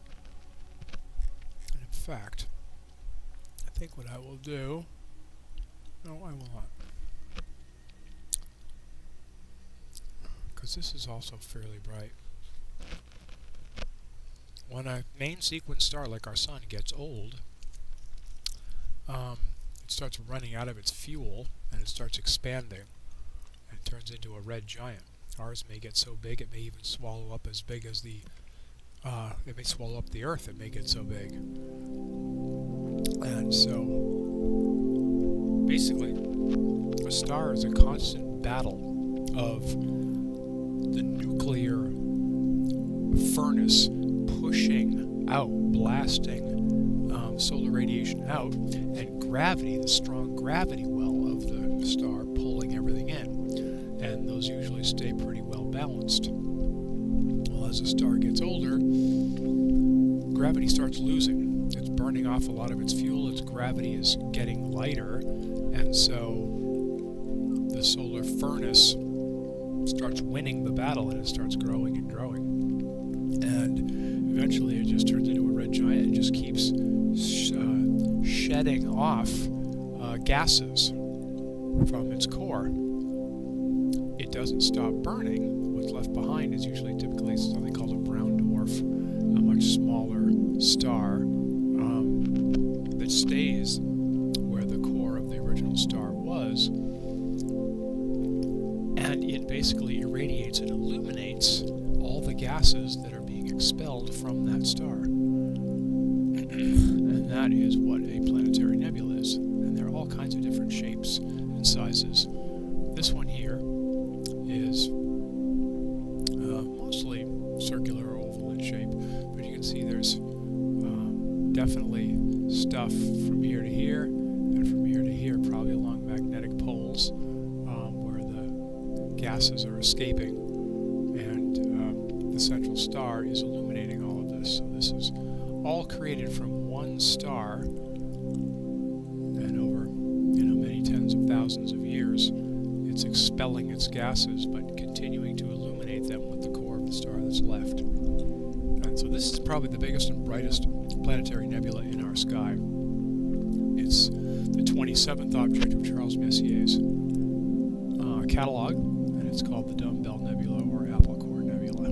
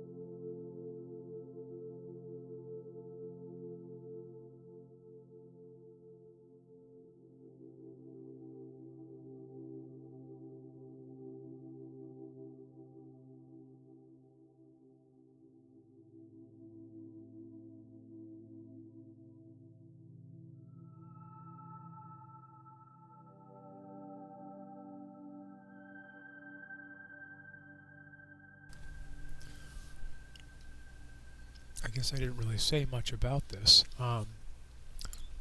Dumbbell Nebula is about 1,360 light years away, and was the first planetary nebula discovered by Charles Messier in 1764. Easily visible in binoculars, and is a popular observing target in amateur telescopes. Yeah, it is a really good good object. And for those who are looking for it, it is going to be, well, between Vulpecula and Sagitta. There's the Northern Cross that's right now high in the sky. This is the meridian, which is dead straight up, basically. And there's the Northern Cross. And so right beneath the Northern Cross is right beside the bottom of the Northern Cross. For those looking for it, right in the band of the Milky Way.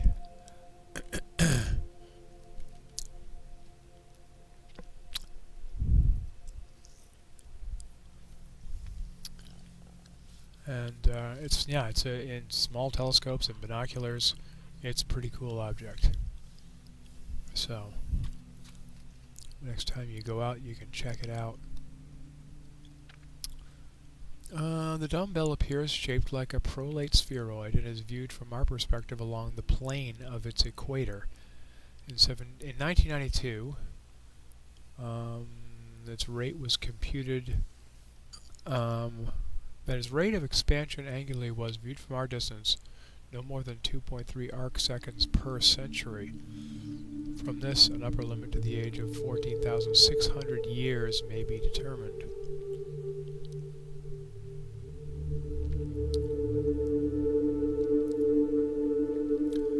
All of this implies that the kinematic age of the nebula is 9,800 years.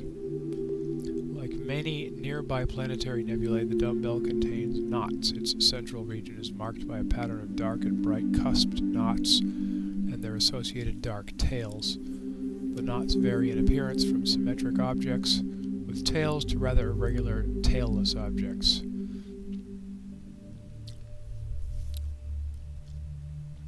The central star, a white dwarf, is estimated to have a radius which is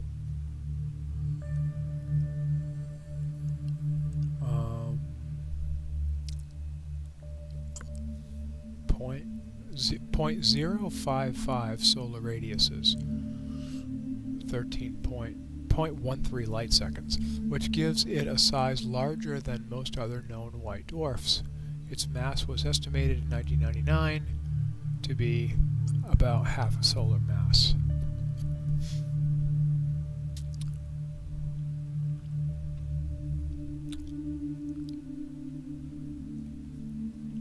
That's about 1,360 light years away, and it's just a little under 10,000 years old. So,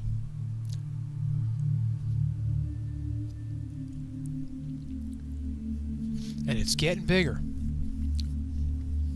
If you live a really long lifespan, it's getting bigger.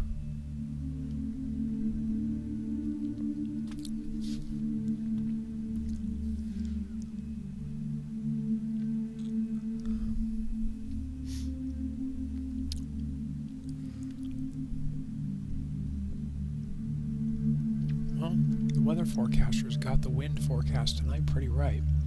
A little bit breezy between 10 and 11, and then the breeze just dies off. And it's now completely calm and clear and kind of a perfect astronomy evening at the moment.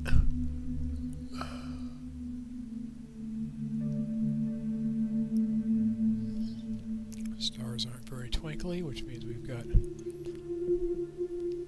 decent seeing, so good stuff.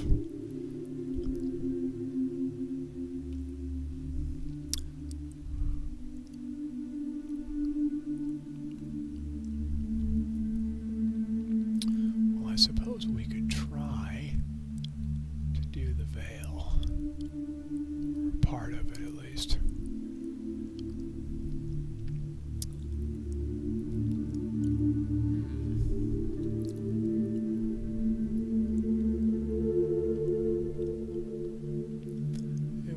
doing the Veil Nebula. What the heck? Put about 15 minutes into this. So, the Dumbbell Nebula, great little planetary nebula.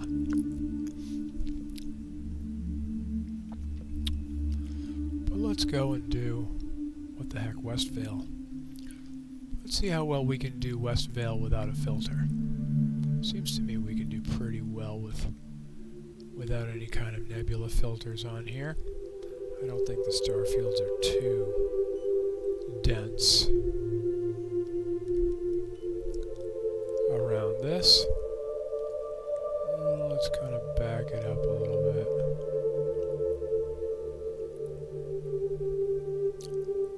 Yeah, kind of center it in there a little better. Okay.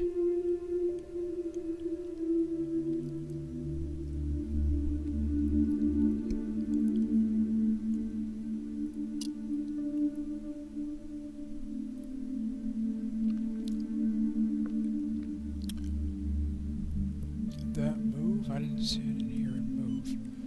Move you. Okay. There we go. Make sure we're centered up. About a quarter of a degree off. Alright, let's see how we do with this. You know, for this, I think I'm actually going to switch profiles and go for the higher gain, since this is pretty darn faint. Let's go for the higher gain. See how we do with the higher gain on this.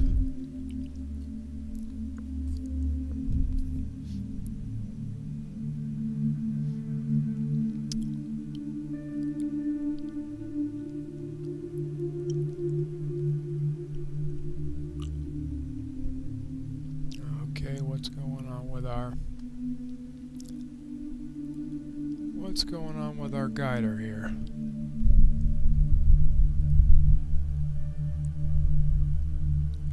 For some reason it has stopped.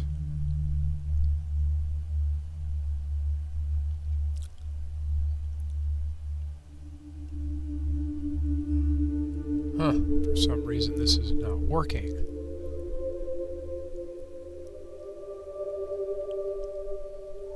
Okay, let's stop it. Run it again.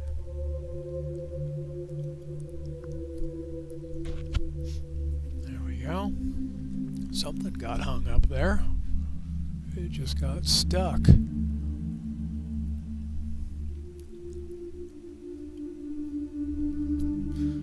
and it wasn't guiding, so likely this first sub is going to be pretty lousy. We'll see.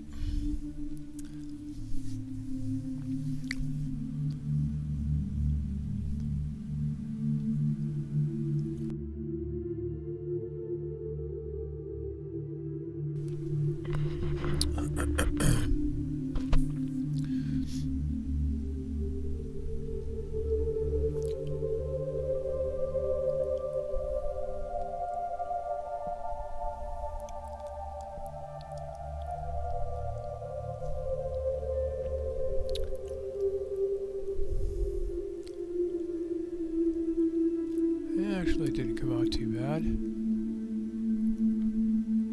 Let's get the colors balanced. Histogram reset. Actually, it didn't come out too bad at all. Get this cranked over in there somewhere. Yeah, it's not coming out too badly. Give it a little more boost.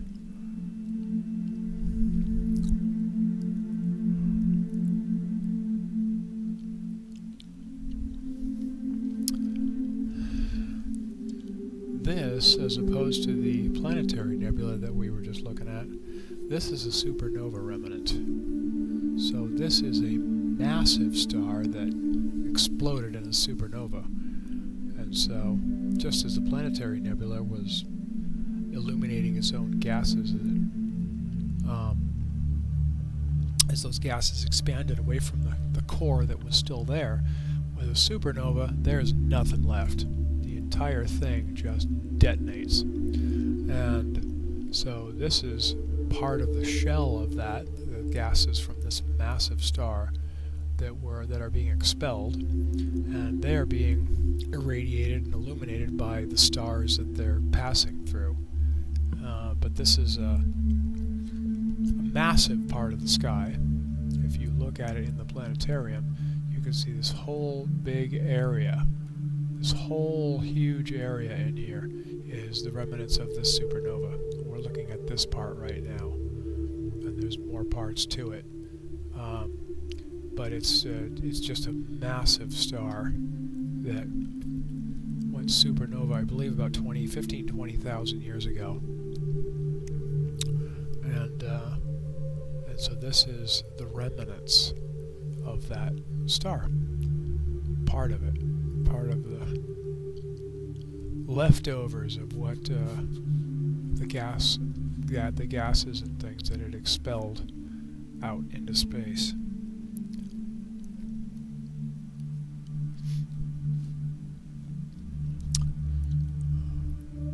It's called the Veil Nebula. This is the western half. The other one is the eastern half.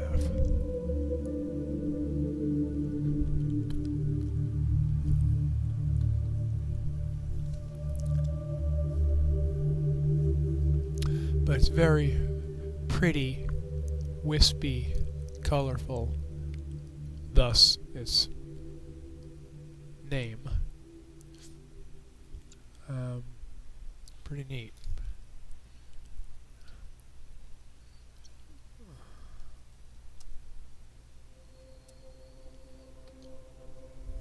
Let's see what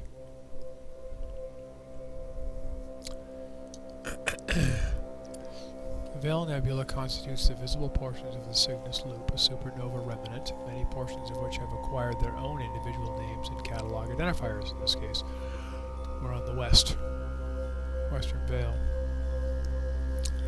The source supernova was a star 20 times more massive than the Sun.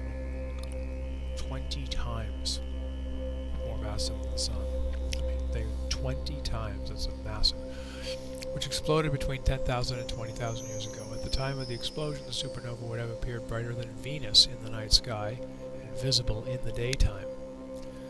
The remnants have since expanded to cover an area of the sky roughly 3 degrees in diameter, about 6 times the diameter, 36 times the area of the full moon. While previous distance estimates have ranged from 1,200 to 5,800 light years, a recent determination of 2,400 light years is based on direct astrometric measurements.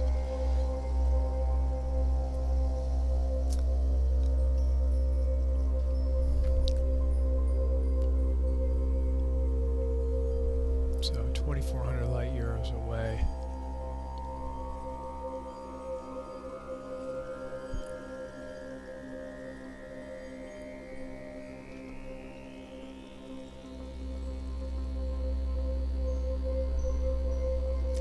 First discovered in 1784 by William Herschel.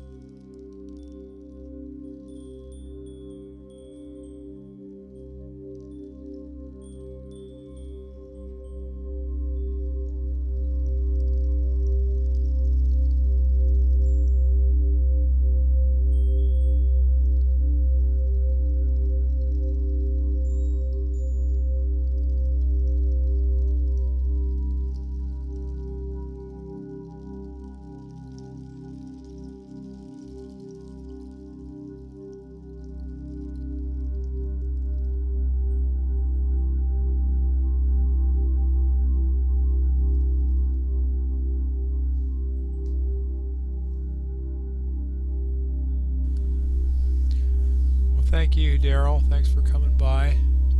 And in fact, this is going to be my last object, so I'm probably going to pack it in myself here.